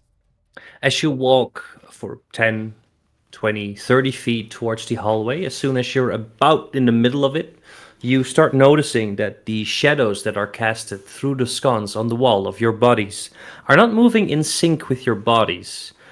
They seem to slow down as you walk and get away from the wall, stepping into the chamber itself, a shadowy version of yourself. Roll initiative. Gravy. Can I, as I see that, touch, let's say, who would probably be closest? Crud. And I'll give you advantage on initiative checks. All right. Also, quick question: is your sanctuary still up? How Nope, long does that lasts take? a minute. Okay, that's definitely gone. Yep. Okay. Right. With the advantage, I so- roll 16. Why did I roll? Nah. Sorry. Sure. So, The most non-logical nat 20 you can roll. Fuck me.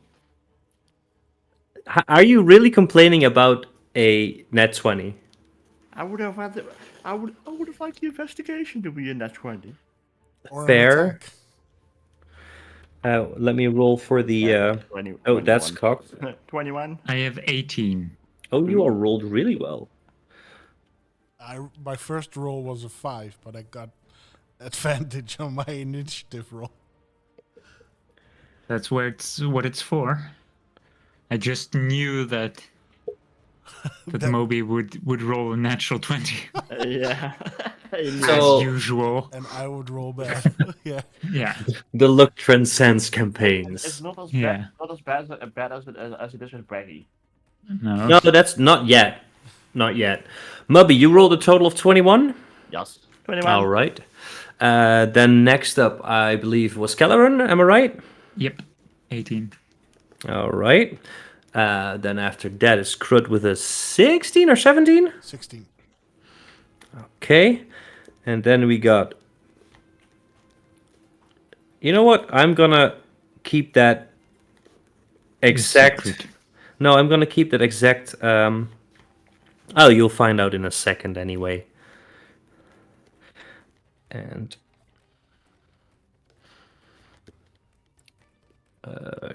there we go.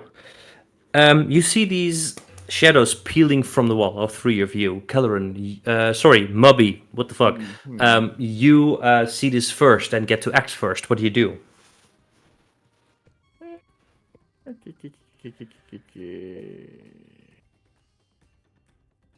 They look slightly like you, like they're bad copies. I feel this is gonna backfire. But I'm gonna cast Sanctuary. On? My boy, I forgot his freaking name. Quad, because he has the lowest AC. I think. Okay, Yep. so Sanctuary for Crud. Nice. Yes. Anything else? Nah, I'm gonna stay in my place because I want to see what they are first before I do anything more. That is a bonus action, eh? You have an So action. you have an action. Yeah, I'm dumb as shit. Sorry. Kelleran, you're up next. Yep. I already know what I'm going to do. Yeah. Honestly, not where. How far away am I from the shadow? At least from the shadow that's walking towards me. All three of them are about 30 feet away to the because you're in the middle of this room. They all came from the far left wall, which is about 30 feet away from you.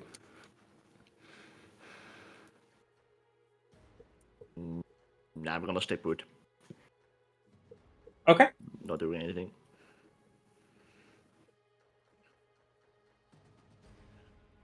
Then Kelleran. I'll cast Sanctuary on on the other one, Moby. on Moby.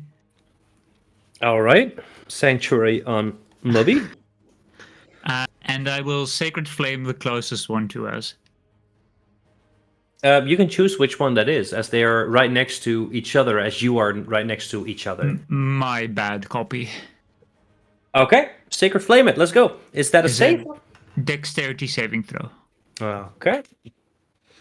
They do not copy your skills. This is a 10 total. That fails, so he takes 1d8 radiant. 1d8 radiant damage. 7 radiant damage. As you fill this room for a second with a bright, radiant light, you notice that the two that you do not hit try to get away from the one that you do hit. And the one that you do hit, the Shadow Calaran, just absolutely... It's still standing, but it's hurt more than you were expecting. Light is effective against shadows. It really is. 'Cause it's Interesting. almost down. Anything else? Okay. Movement? I'll move as far away from them as possible because I am not sanctuared. You have the choice of going 30 feet back towards the entrance, going 30 feet towards the right wall, or 30 feet towards the where you were going, the hallway that you don't know anything about yet. Towards the hallway. All right, so that's 30 feet up. Good. Crud, what's up? I will cast a Thunderclap on my own. So, would you say it's within 5 feet of me? No, they're 30 feet away at the moment. Oh shit. Then I'm not gonna cast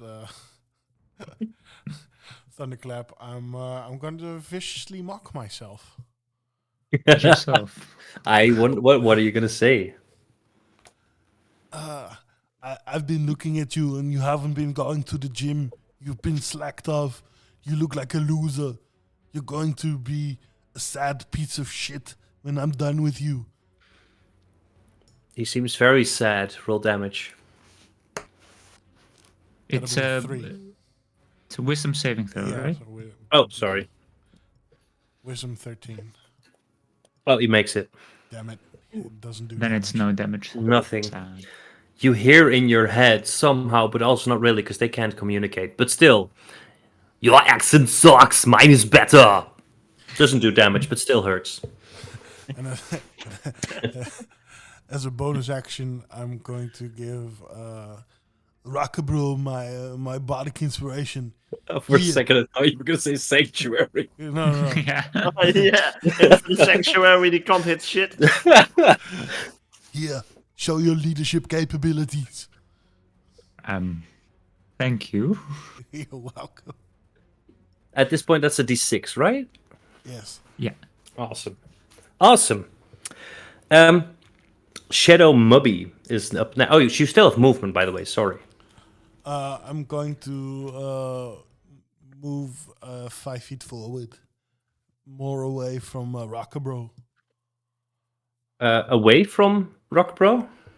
Yes, so that if they want to attack me and they're going to miss me, they can't hit him. Rockabo is already 30 feet away from you. He walked towards the entrance or the hallway. I'll stay 20 feet away from him, but still go towards him. You look 10 feet towards the next entrance, basically. All right, Yes. good. So it's just for clarification, Mubby in the middle of the room. 10 feet towards the next hallway is Crud, and 10 feet away from the hallway, so 20 feet further than everyone else, is Calaran. The shadow figures are still at the wall. It's now their turn. And all three of them in sync move towards the closest person they can see, which at this point, still in the middle of the room, would be Mubby. And all three of them take attacks. Wisdom saving throws. That means they all need to make a saving throw. What was the DC? 16. 16. It's just a straight roll, but the first one makes it. It's wisdoms. I don't know. Yeah, wisdoms. Meets it, beats it. So that's another one makes it. I'm rolling a 19, a 16, and a 15. So that one doesn't make it. Still pretty Ooh, good though. Yes. So that's 2 attacks. Oh, this is gonna be interesting. Oh no. The first one damages you for 6 damage. That's cocked. The second one hits you for another 6 damage. Jesus Christ, that was 2 4s on a d4. And it's necrotic damage, by the way. And this is the interesting part. Your strength gets lowered by 2 points total, What? which also means you do less damage with melee attacks. Now let's see, how the frick do I lower that in D&D Beyond? You can put in a condition. Acrobata? You can put in a condition. Oh, yeah, I've never used D&D Beyond before, so I'm scrolling through it real quick. Oh, wait. I have a feeling we're not going to be able to finish this one shot. I don't think that's so. Condition, I have a really bad rep with one shots. I feel like this is not the first time that this has happened to me. No, it doesn't work. No, you same. you go to manage. Sorry, in the manage character and levels. Yes. Character settings. And then I wait, never finish a one shot in one shot. No, right? And we started pretty on time, I feel like. Yeah. yeah, we started at 9 or 7:30. Yeah. 5 past 7:30 because someone needed to make tea. It was delicious. he is It not. And was it's the only reason insane we're not making delicious. it. Yeah, those 5 minutes make all the difference. Yeah. Yeah, yeah, it's not gonna be that one. Maybe it's this one. It's going to be oh so delicious. No, also not that one. Jesus. Did You find can it? just just Mm. subtract it. just remember it. Yeah, I just wrote it down, but my freaking thingy went from like 17 to 15. So just take off if it says, I don't know what it says right now, Yeah, plus 3. then it's going to be +2. Yeah, I'll say it's plus 2. That's shit in these. Oi! That's it. Did you figure it out? No. Oh. I'm just gonna remember it that instead of plus 3 on strength rolls, I do plus 2. Yes. All right.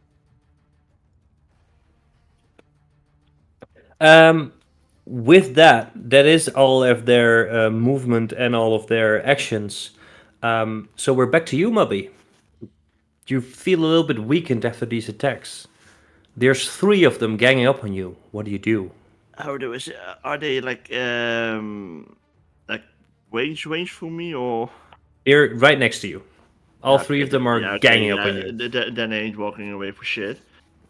You know what?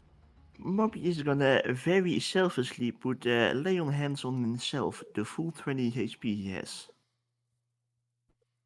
The full 20 HP, damn. Yeah, Moby is at only 9 HP. That's not selfish, that's self-preservation. I was about to say, Yeah. I don't blame you. How dare you? So, boom, that's all my lay on hands, and I'm back at 29 HP. Good. How dare you try to survive? I don't want to die. You should die in combat, you... Well, that was my normal action. No, I can't use my bonus actions. Do you have do you have well, like a lantern or anything, or something that you could light? I can see my backpack. I don't think so. I have a torch. Light it. Yep. That's a. Would you say that lighting a torch is an action or a bonus action, Yeah. Sasha? free interaction with an object. Well, no, lighting a torch is not a free interaction. I usually do bonus action because I don't think lighting a torch, depending on.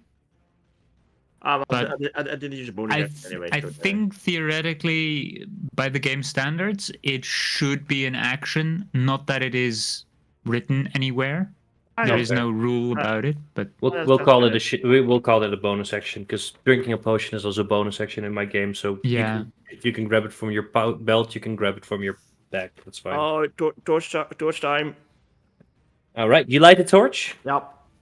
As soon as the fire flickers across this room and across the shadowy figures, you see them shiver and try to back away a little bit. It's not their turn, so they're not actively backing away, but they do not like this light.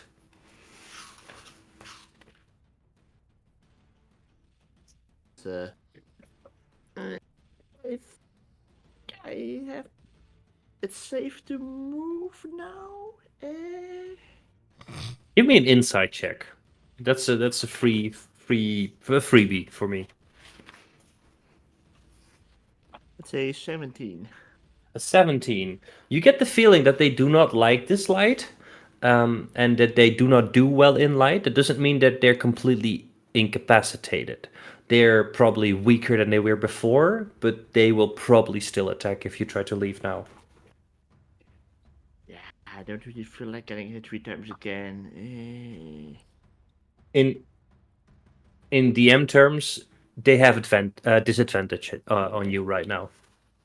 Yeah, honestly, fuck it, it's a one-shot anyway. I hold my torch, I put my middle finger up, and I disengage, like fucking walk away. So they take their Yeah, they can do like the disadvantage indeed. Fuck it. All right. First one, the fake mubby tries to hit you for an 8, and just absolutely misses. The second one, another 8. That's 6 2 times. Wait, no, it's technically a +4, but it will still miss.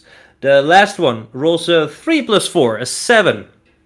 All 3 of them miss wildly as they screech silently. You see their mouths. It's not that they miss; it's just that they can't target him because of the. Oh, also they still need to make their wisdom saves. Yeah. That's Technically, they just did. No, because the attacks were at disadvantage. So I rolled the attacks first, but all 3 of them also didn't make their wisdom saves with a 5, a 2, and a 5. So they try to attack you, and then they see the torch, and they just shrivel up. I see them not succeeding. You know how like when you do like a fancy gamble move, you twist like the fucking dice in your hand around. I do that, but instead I do that with the torch, and I look at them smug while I would disengage. You immediately get smug as you were almost dead, and now you're not dead anymore, and now you're smug. Hell yeah. Full movement towards the exit? Yep, where the rest of the guys are. All right, that's 30 feet, so you're now right next to Kelleran. And it's Kelleran's turn. I will.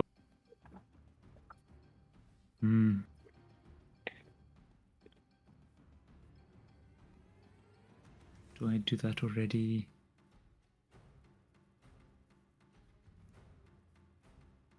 No. I will Sacred Flame my one again. The one that's already pretty damn hurt. Yeah. All right, that's another save. Dexterity saving throw, I believe. Yeah. He does not make it. You don't need to roll damage because you cannot roll lower than a 1 and he has 2 HP. And he's vulnerable to... I rolled a 7 again, so... Oh, damn. Yeah, tell me what happens. Does it just disappear? Yeah, I clamp my... No, I don't clamp the thing. I just start to mumble in Giant and I swerve around my hands and call down a bright flash of light, and as it blinds all of our vision, as as we can look back, it's just gone. It's no longer there. Nice. Movement and bonus action. I'll move away as far as I can. All right. Towards the hallway. Yep. That means that you will make it inside the hallway if you want to. Okay. Do I see anything into the hallway now 300 feet away, or is it still completely dark? Give me a perception check, because you can see through magical darkness anyway. So, it is long though. It's give me the perception check first. 13. A 13. It's technically. Oh no. Okay. It's a very long hallway, at least 250 feet. And after that, you see a smaller chamber. You cannot really see what's going on in that chamber yet, as it is dark and far away from you. Okay. You don't see any traps or enemies or any of the sort at the moment. Okay. I'll just be ready. All right, and you Yeah. go your full movement speed into the hallway because you were already pretty close to the entrance. Yeah. I'll move just into it and just be ready for anything maybe that pops up from within the hallway. Okay. Well, nothing so far. Next up is Crud. I will use the left shift in spacebar and Uh-huh. and I will dash into the hallway. You dash into the hallway full speed and dash. Yes. Okay. It is definitely big enough for two people to walk side by side, so that's not a problem. You were the closest towards the middle of the room, so that's 20 feet away from the entrance. You have 60 feet in total now, so you're 40 feet into the room. You are a little bit in front of Kelleran and a lot of in front of Crud. Mubby. I feel fine right here. Okay. Then next up is Shadow Mubby. And Shubby pursues towards Mubby and will attempt to make an attack. First, a wisdom save, which is a natural 1, and there's no one else to attack. Does he attack friendlies or nah? It says it can choose because it has to choose a new target. If there is no target. On a failed save, the creature must choose a new target. They are or moving lose the together. attack or spells. They are moving together on the same initiative, which means they are next to each other. So I would say Shadow Mubby would attack Shadow Crud. Okay. Still with disadvantage because they're right next to the light, but still. No, that does not hit. Damn. But it does look silly. And Shadow Crud is going to try the exact same thing. Attack Mubby, but wisdom save. That is a 15. It requires a 16. Then he because tries. I was the one to cast the spell. Then he will try to attack Shadow Mubby with disadvantage, which does not hit again. They're like, it looks really silly as they're like kind of like almost play fighting. Like it's so obviously that their hits are going completely wide, but they're actually trying to hit each other still. Mubby, you see this happening right in front of your eyes. What do you do? Mobby books also books it in the hallway. They will try to take their reaction to attack you. First, the wisdom save again. Now we go with the wisdom save again. That's a 12 and a 13, so it's a +0, so they both don't make it. Shadow Mubby tries to attack Shadow Crud with disadvantage still. That's 2 11s. And 2 11s. Wait, 1 second. Because they do have a +4, so they might actually. Shadow Mubby might hit Shadow Crud. 1 sec. I think he does. But I think they do necrotic damage and they might have some resistance. Yeah, I this don't know. is getting interesting this way. Where is that stat block? There we go. So first off, that's a +4. So they okay. So Shadow Mobby does hit Shadow Crud. Who is immune to necrotic damage? So he hits him in the face, and the other is like, "Dude, what the fuck?" This is so cursed. That's a slap. to quite my literally, face. actually. That's a slap. Oh no. Maybe you make your way into the hallway, and I think it's safe to say at this point you are all running away from the shadow figures who are bickering and fighting each other in the room. They just gave up on fighting us. Yeah, they're now mad at each other. Like, dude, why did you hit me? Like, why did you hit him? Well, I tried. Did you? Like bickering like an old married couple, without any actual sounds that you can hear. As you make your way through the 250 feet hallway, so this is a long hallway. At one point, if you look back, you see that the shadow figures have dissipated and disappeared, as well as the light in the room has completely dimmed down. The scon's no longer a light. Anything you wish to do before entering the next chamber? I would like to do an investigation. Anything in particular you are looking for? Yes, I'm looking for traps. All right, give me an investigation check. Grot investigates the hell out of this with an 11. An 11. Very nice. Let me see. Seems pretty safe, actually. Can I trust myself? Make an insight check? No, yeah, it seems pretty safe. The inside check is 18. Are you trying to deceive yourself? Is this a deception? Oh, or yeah. Persuasion check. Yeah. Actually, make a perception or I like that idea. Do it. Go for it. Perception or persuasion?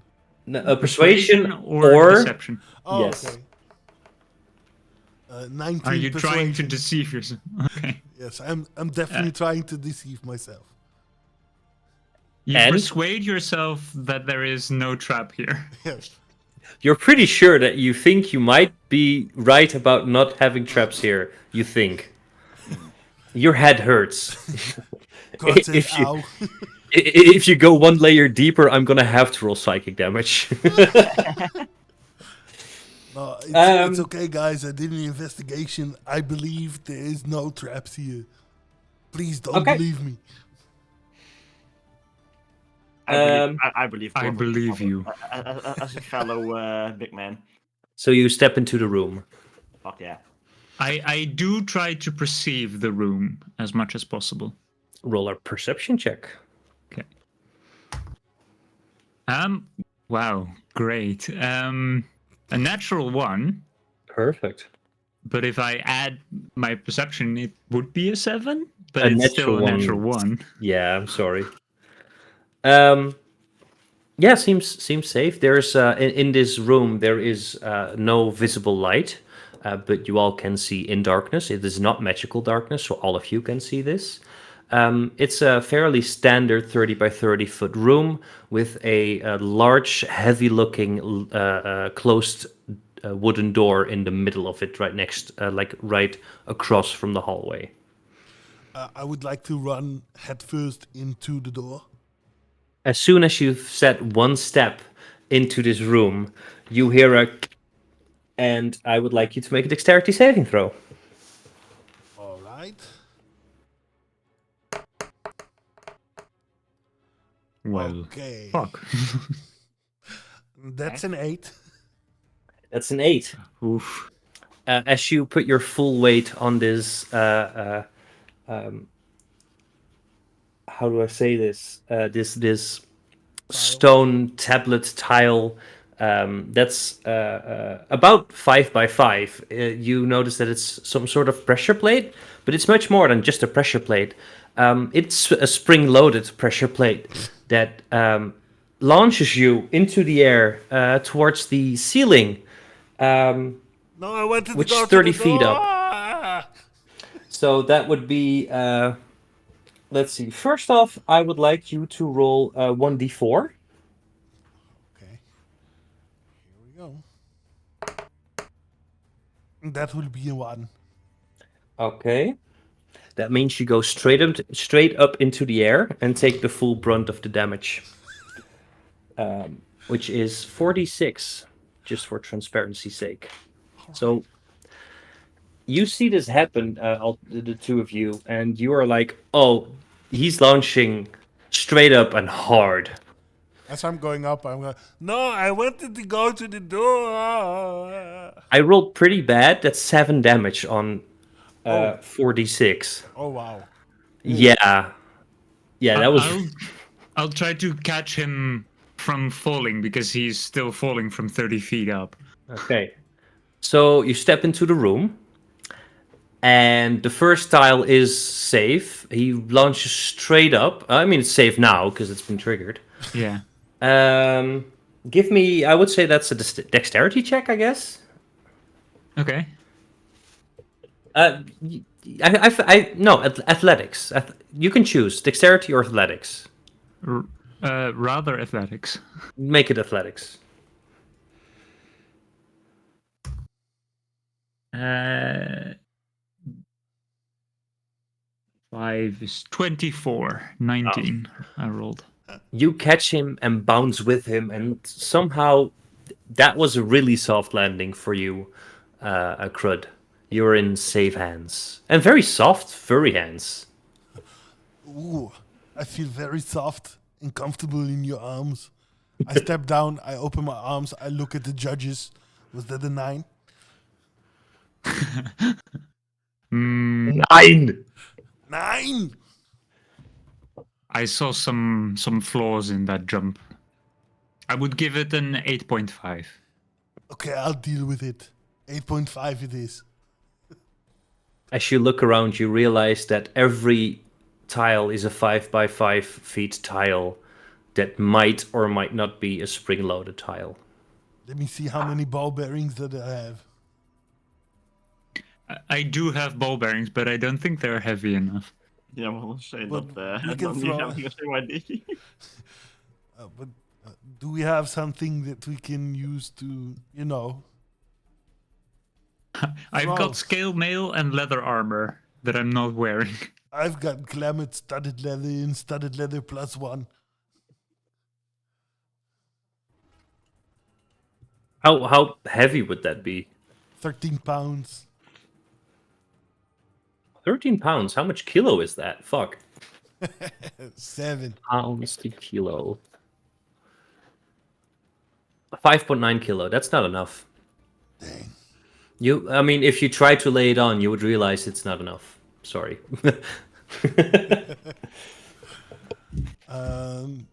Maybe we can do some cartwheels and, you know, use an acrobatics check to see if we can get off the things before we get hit.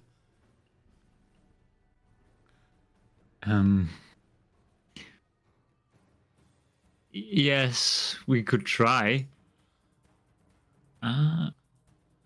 Let's see. My scale mail is 45 pounds. 45 pounds. Pounds to... Which is 20 kilos. And you put it on the one of the tiles? Yeah, the next tile over, I just throw it on it. If you throw it on it, you hear a click, and it slowly goes down, and nothing happens. Huh. I think that's not heavy enough. Or it is some kind of if you step off of it, it explodes or whatever. I heard somebody had a pole. Maybe we can take it off. I should A make this pole. creepier music or something. Mobby ain't sacrificing his trustworthy glaive. I do have a morning star and a quarterstaff that I don't mind him sacrificing though. I'll just slam my warhammer into the next tile. Make an attack.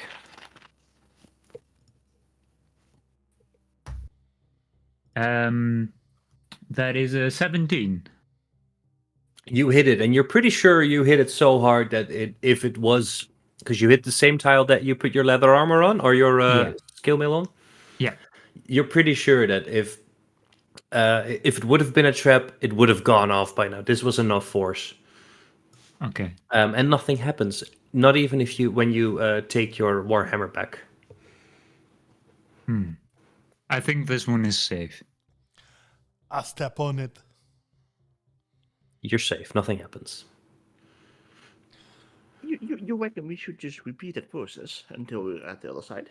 Yeah, I think so too. I really want to do the backflips all over it to see if I can You be quick can- enough.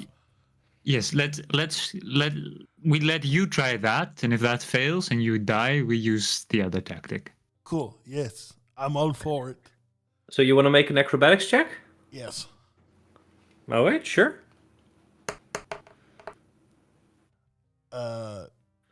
Does a 21 help? 21 is really good. It is. From where you're standing right now on the second tile into the room, there's 4 more tiles, 20 feet to go. With a 21, you manage to twirl around and do some... excuse me. So I can do my backflips. you do some backflips, and is there any particular place that you aim for to land? Yes, my feet towards the door. On the spot closest to the door in the middle of the room, like so. No, just against the door. So like Yeah. That's what I mean. Yeah. yeah, in the middle of the door. Okay. With a 21, I would say that you make it and you land and you hear a click. And for a second, everyone is really nervous, but nothing happens. I think I made it, guys. Great. Good job, buddy. Yeah, turn around to Kello and then I say, yeah, I still go with your tactic. I'll cast Enhanced Leap on myself. That let's see. I would say I'm pretty sure you would be able to make 20 feet with enhanced leap, right? Yeah. I always forget how. It's so incredibly badly written. It's your strength times I don't know what. Yeah, it's called jump. Sorry, but I check it really quickly. The jump distance is tripled until the spell ends. And you But jump in, it's based on your strength. which is pretty high for you, right? Yeah, it's a 16, so it's plus 3. Jumping 5e. Let's just check it. We can also just say that you would be able to make it 20 feet. Because it's such a detail. It's fine. It's fine. I do want to say that it is a 5 by 5 feet square that you're trying to land on that is already occupied by another humanoid. Move. And I step back like on to the other plate, and I just take a 5 foot like sort of Running start. yeah, running start, and then long jump. It says when you make a long jump, you can move a number of feet equal to your strength score. So that is my 16. Yeah, So I times can 3. times 3 that. Yeah. Do you want to try to go through the door, or? That was my plan all along. Let's go for it. Sure. Oh, actually, okay, sure. I'll just jump over him and through the door. Why do you think I landed in the middle of the door? Just to hug it? First, Crud, do you move out of the way onto another tile, or do you stay in this 5 by 5 tile? Catch him. Buck. Catch him.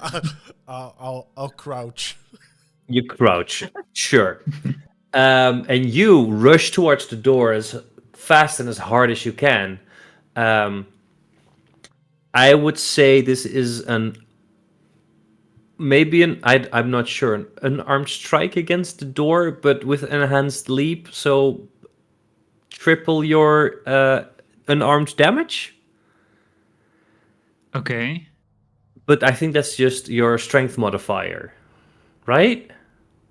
Yes, I don't think I have claws as a furbolg. No, I don't Let me think you check real do. quick.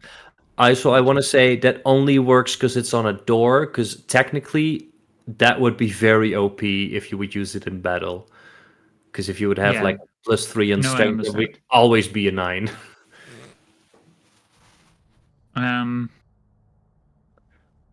No, I just have powerful build, but that's only for carrying, pushing, And- dragging, or lifting. And you look like you lift, so that's worth something. Yeah, I do. You smash So- against this door. Yeah, so my unarmed attack damage, if I hit something, it would be 4. Okay, 4 times damage because 3. it's 1 plus 3. So yeah. You manage to scuff up this door pretty badly with 12 damage. It splinters. It's rough to look at. It's not completely broken, but you've definitely made quite the start. Like 1 foot through. Yeah, pretty much. Because there is a weak spot on this door. You do take a little bit of damage doing this, Oh. which is 2 damage. So not too bad. And your foot is now stuck in this door. I am debating one thing though. 1 second. If he steps on me as well. No, something way more fun. Grot says, Grot not jealous at all that you get to go through door. Crud, I would like you to make a dexterity saving throw, and Caloran, I would like you to make one as well with disadvantage because your foot is stuck in the door. As the door, this is called the reverse knock door. Oh shit. It turns right towards you. I will describe how this door normally works. When you try to open it forcefully without checking for traps, it smashes into you, completely going 180 degrees towards your head, and then you basically come out the other side. The aim is to have your head stuck in the door where it's at eye height. But you went through it with your foot, and then the door started to forcefully reverse knock you. So give me a dexterity saving throw, both of you, and you with disadvantage, Kelleran. 17. That's really good. You manage. You have to choose though. You can make it, but you would need to step to either one back, one to the left, or one to the right, possibly triggering. Or you can stay and take the damage from the door. I'll stay and take the damage from the door. Kelleran, what did you roll? So I rolled a 5 and a 6. Nice. But I have a +2 to my dexterity saving throw, so 7 in total. That's definitely not enough. Oh. So close. This door is made to smash into an enemy as hard as possible. But before you say anything, But I'm in the door. You are in the door, and so basically we're hitting a dude with another dude. Oh, okay. Yeah. If Grot get hit by door, the door Mm-hmm. needs to break. Well, technically, you're being hit with By Kelleran, who's stuck in the door. Okay. So Give it to me raw. you take half damage, Crud. Kelleran, you take full damage. And Jesus, what the fuck? Okay, that's better. And that's a total of 11 damage. I rolled 2 ones on damage die, just so you know. 11 damage is the full damage. So I take 5. You take 5, yes. I take 5.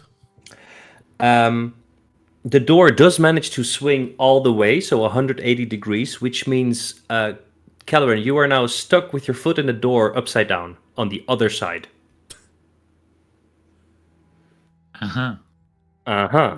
Interesting predicament. And now I need to read what you see. Also,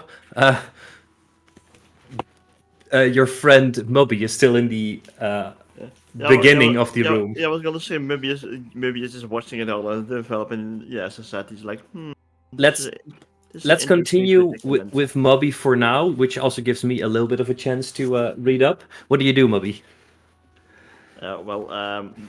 The I'll door quickly now. cast Cure Wounds on myself, just to.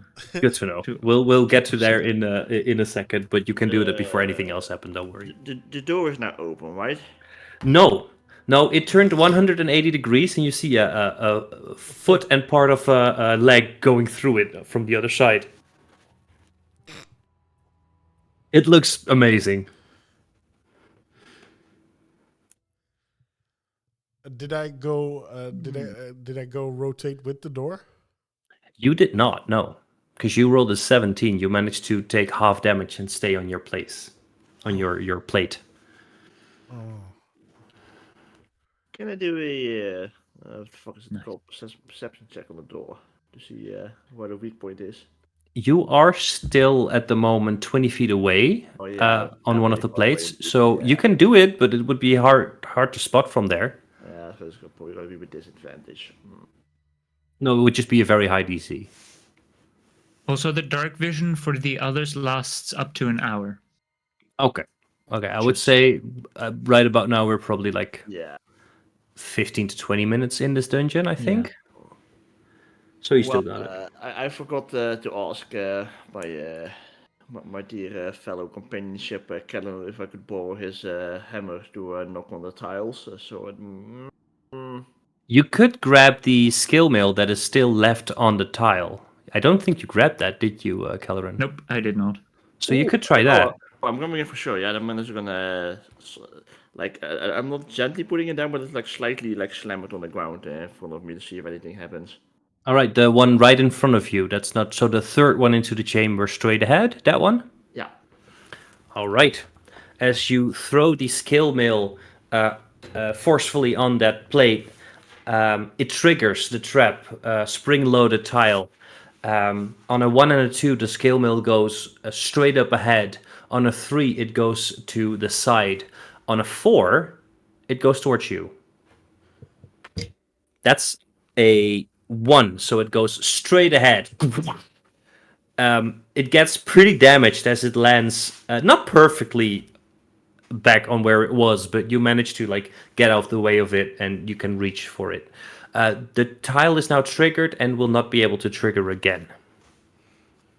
Unless reset. Then I step forward on the tile, and I just want to repeat the same process once again with the remaining chainmail. Yeah, there's 2 left. The next one... You can backflip your way around. I mean, look at you guys. You could fucking... You can do it! You got outplayed by a door. Yeah, I got hit by a door, but that wasn't my thing. Call it DoorDash. Somebody else did it to me. It wasn't me. I took it straight to the face like a champ, though. You did. Champion of the week, I see. No, I'm gonna do the same process once again. So yeah. Okay, the next one doesn't trigger, but the second to last one does trigger. And that is a 4, so it goes towards you. Make a dexterity saving throw for me to see if you can jump out of the way of the incoming scale mail. You were ready for it. You knew it could happen. 18. 18 is very good. As soon as you hear the click, you really recognize that it's a little bit different from the clicks of the traps that don't trigger. And you immediately duck to the side, not onto the other plate, but to the border of the 5x5 tile that you were on, and it just scrapes you. Not enough for damage, but it does hurt a little bit. That was scary. That went by so fast. Just so you know, this trap has enough power to shoot a full-grown humanoid, medium-sized, 100 feet into the air. Ouch. Yes. So that would have been one hell of a projectile in your face. Also, Crud, you got really fucking lucky on my damage roll. All right. Sorry, Caloran. Oh, it's my turn. We're not really in turns right now, but I remember Caloran wanted to roll for healing. Oh yeah. I rolled 12. I rolled an 8 plus my wisdom Damn, that's good. modifier. All right. So I'm pretty much back to full health. You had a plan to do something, Crud? I would like to open the door normally. I'm still stuck. You are still stuck, yes. And you try to open the door? Yeah. And Mubby, as you make it towards the same tile that Crud is on right now, you don't have to be on the same tile. You can be one back if you wanna. Is there anything you want to do at the same time? Oh yeah. Well, once again, I want to do the perception check now that I'm closer. Right, you did say that before, so Yeah. I will. Yeah, let's do that before you try to open the door. Is that okay, Crud? Yeah, sure. All right. Go for it. What you can choose perception check if you want to just take a quick glance around at the door, or an investigation check if you want to see how the mechanism works. Well, I'll go with investigation. I'll help him with that. How do you help him with that? Do you just No, I just make space, or Yeah. So he gets advantage? Yeah. Sure. Oh, Good call. Yes, I can roll again because it will very shite. And I still will shite. Oh no. That's not that bad. That's a 9. Still bad, but nah, not good. A 9 is not great, no. As you look at the door, you cannot seem to figure out how it works. Attacking the door definitely triggers the trap, but now that it has triggered, it's probably done, right? Just like the plates. That seems very suspicious, DM. Hey, no You could metagaming. hear it in your voice. Yes, but they can't. I investigating shit. I'm just gonna say It's perfectly fine. Come on. Yeah. The Yeah, water's it's- warm here. Grant Seems already safe. said he want to open the door. I'm You going try to it. open the door. You grab it by the just the normal handle. It's a round, door handle. And as you twist it to the left, you hear a, and I would like, I'm immediately no. yeah, oh yeah, you feel this, and you see right above you a mechanism start to shift. And as soon as you see that, Caloran, you can make one dex save at disadvantage because you're stuck in the door still. But you can try. Mubby, you're close to the door. Crud, you're close to the door. You both get a dex save as well. All right. Just a normal dex save. Hell yeah, 19. That's good.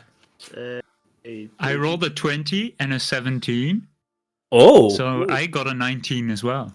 okay. We're gonna get to that in a second. And I rolled a Mubby? 13. 13. Okay. So first off, Caloran, as you hear them discussing for a second and you know what they're about to do, they're about to fuck up.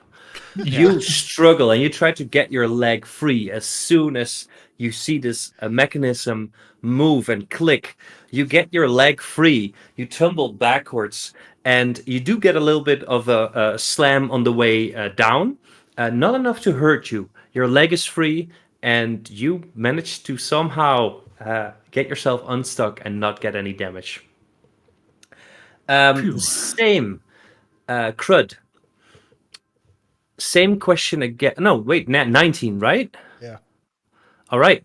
You know exactly how far this door reaches. You were barely ducking down enough last time, so you just duck a little bit lower than you did last time. You make it completely safe. Mubby, Yes. you take 10 damage as you take that door full in the face. Like, what's that click? It's a lot harder when you're up close. You took And- it like a champ. Oh wait, you're a loser. You do see. Oh no, actually, that's the fucking best part of this door. your head is now stuck in this door as it hits you. It doesn't manage to go all the way back like it did last time, because it was already damaged. And it seems like this door is barely hanging on its hinges at the moment, taking because it does take its own damage as well, sort of. Because I mean, it's slamming into humanoids real hard. But you are now Or humanoid slam into it. both apparently. But you are stuck, both hands to the sides on one side of the door, and your head stuck, and you are looking right in the face of your friend Kelleran. Can Crod open the door with him stuck in it and crawl underneath the door? No. You can certainly try. I do this. No. I step back a little, and I'm like, goodbye. Since Crud, you know exactly what is happening at this door. And it's not a dex save for you, it's just a dex check. DC is a little bit lower than the dex save as well. You can choose acrobatics if that's better. Yeah, you can choose acrobatics for that. Can I touch Moby's head and 17. cast? You want to cast guidance or something? No, not guidance. The other one. Forget it. The one that gives a D4 for saving throws. Resistance.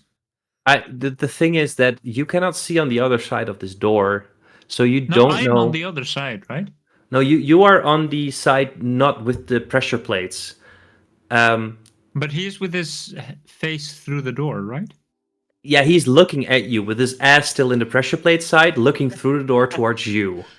Yeah. I rolled a 17. So you don't see what Crud is about to do, which is open the door. So Yeah, but I have an idea.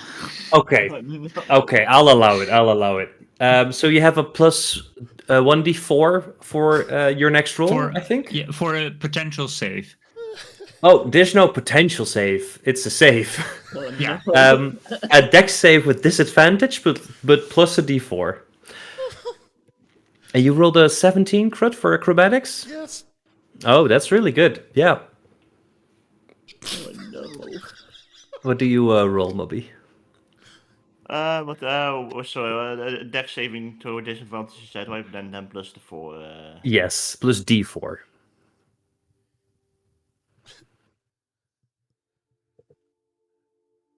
That's a 12 plus 4 is 16. 16. That's really good. Bless plus 4. Bless plus 4. Yeah, the full 4 really helped you there. It takes a 15 to take half damage. Crud, you open the door and immediately dash and roll through without taking any damage because you know exactly what was coming. Mubby, you hear the door or the doorknob twist again, and you're like, no. You manage to hold on for dear life, and you don't actually get slammed. You manage to sort of like, do you know those fair? How do you say that? Kermis. So yeah, fair. Attractions where it turns around really fast, so you're stuck to the wall. You kind of try to do that, which doesn't completely work, but it works a little bit. So you only take 2 damage. And all 3 of you are now on the other side of the door, so the new side, let's call it that.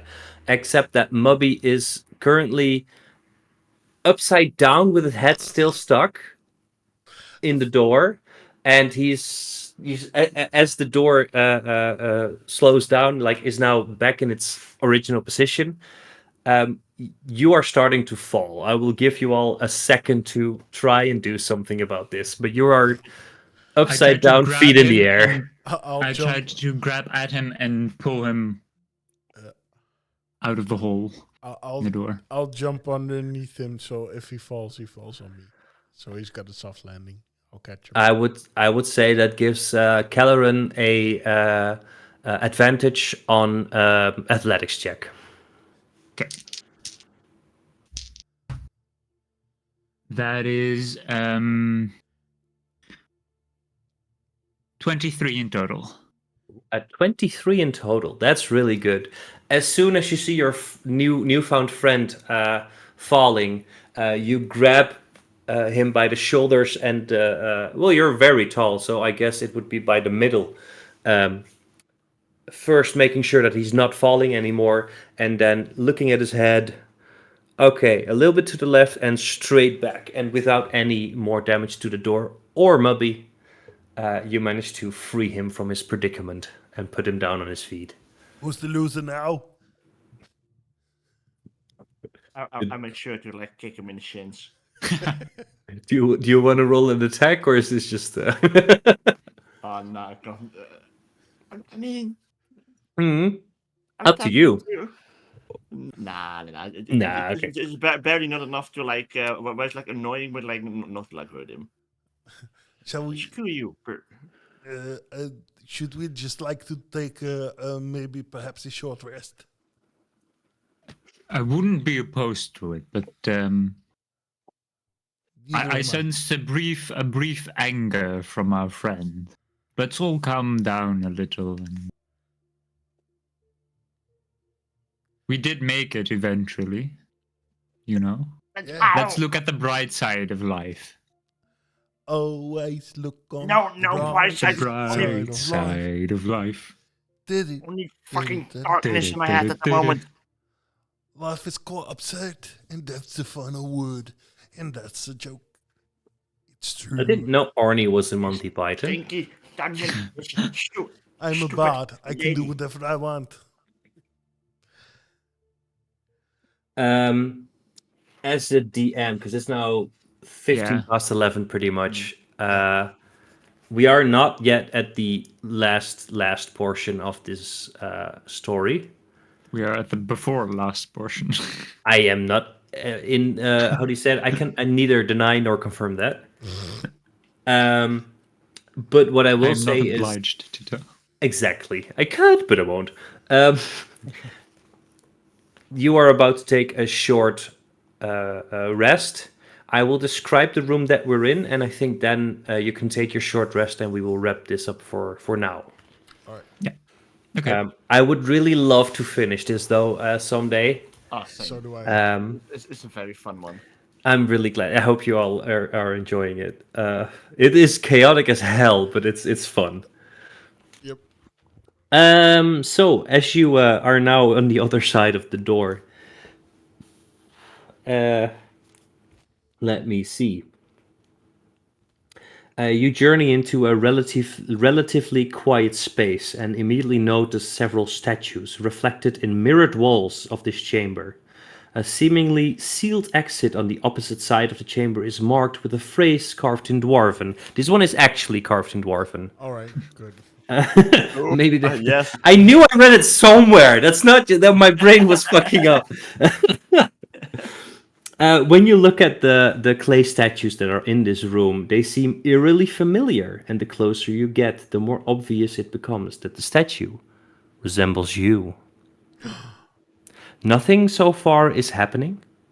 Nothing is triggering. You're not walking further into this room. It seems fairly safe at the moment to take a moment for yourself and rest up.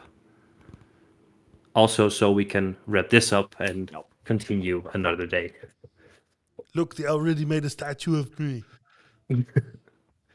That's awesome! Is it one statue for each one of us, or No, there is does a it? bunch.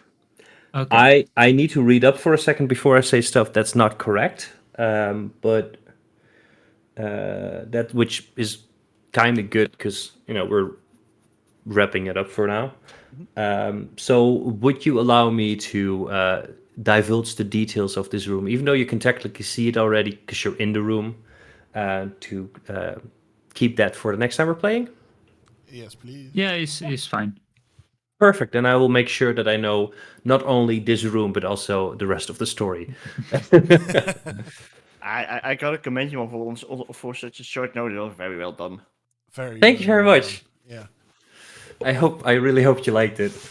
Well, I don't know if you could tell, but I was having so much fun. I'm glad to hear it. Me too, Joe. This is your Arnie is exactly the right amount of parody. Yeah, Arnie is fucking amazing. Yeah. Thank you. How was it? How was it to play, Sasha? I don't know if are you the forever DM or do you actually get to play often as well? I get to play sometimes, not often, but sometimes. Yeah, I like it. I always like it. It's all the what I like most about it is just learning about other people's DM style, which for me is the most important thing. Of course, I also like the story and just playing with like you guys as a player rather than as the DM. Are we doing this on stream or are we ending the stream now? And then we. I We think could it's end it. a good time to end the stream. We don't know when we will be finishing this though, so let's wrap it up for the stream in a neat little bow. If we had social media, we would let you know when we will finish this story, but we don't. So keep an eye on our stream and our Twitch. Follow and subscribe, of course.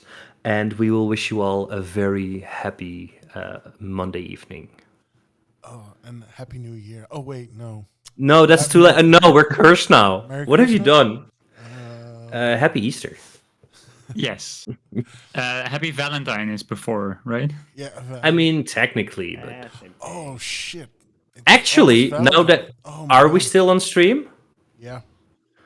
We should wish someone a happy birthday in advance then. Oh yeah. Shall we sing? No, please Yeah. don't. No, we won't. But a happy birthday to our normal DM in advance. Tomorrow? Thank Technically? you. Yes, yes.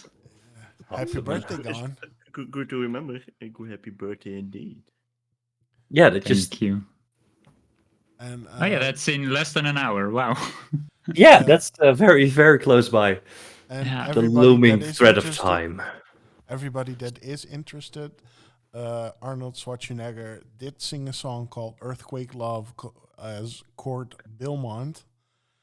Oh, that's actually Arnie. That's that you Yeah. send in actually this. Arnie. Oh my Yeah, god! this is from a movie called Kill Gunther, and it's one of the funniest things I've ever heard because I'm a bad singer, but he makes it even worse than me. Can you give what- us a little bit what's of that? Arnie's song? Was it Yeah, all well- called Arnold Schwarzenegger and then the freaking thing? I'm looking this shit up. Earthquake Love. It's my earthquake love. uh, That was great. Thank yeah, you. You're welcome. Killing Gunther. See that movie. It's awesome. Quick little plug. Speaking of plug, see you all on Monday. Yep. Bye. Hopefully, Into this shit. hopefully, the real campaign. Yeah, Hopefully, yes. Otherwise, we'll one Because we've been missing for 6 weeks now. Yeah. 7. It would be the 7th? 7th. Yeah. It's gonna be the 7th week Oh, next Yeah. week, right? Yeah. Yeah. I think so. I'm not sure. Yeah. It's fine. I had some detox problems. All right. Bye. Bye. Bye.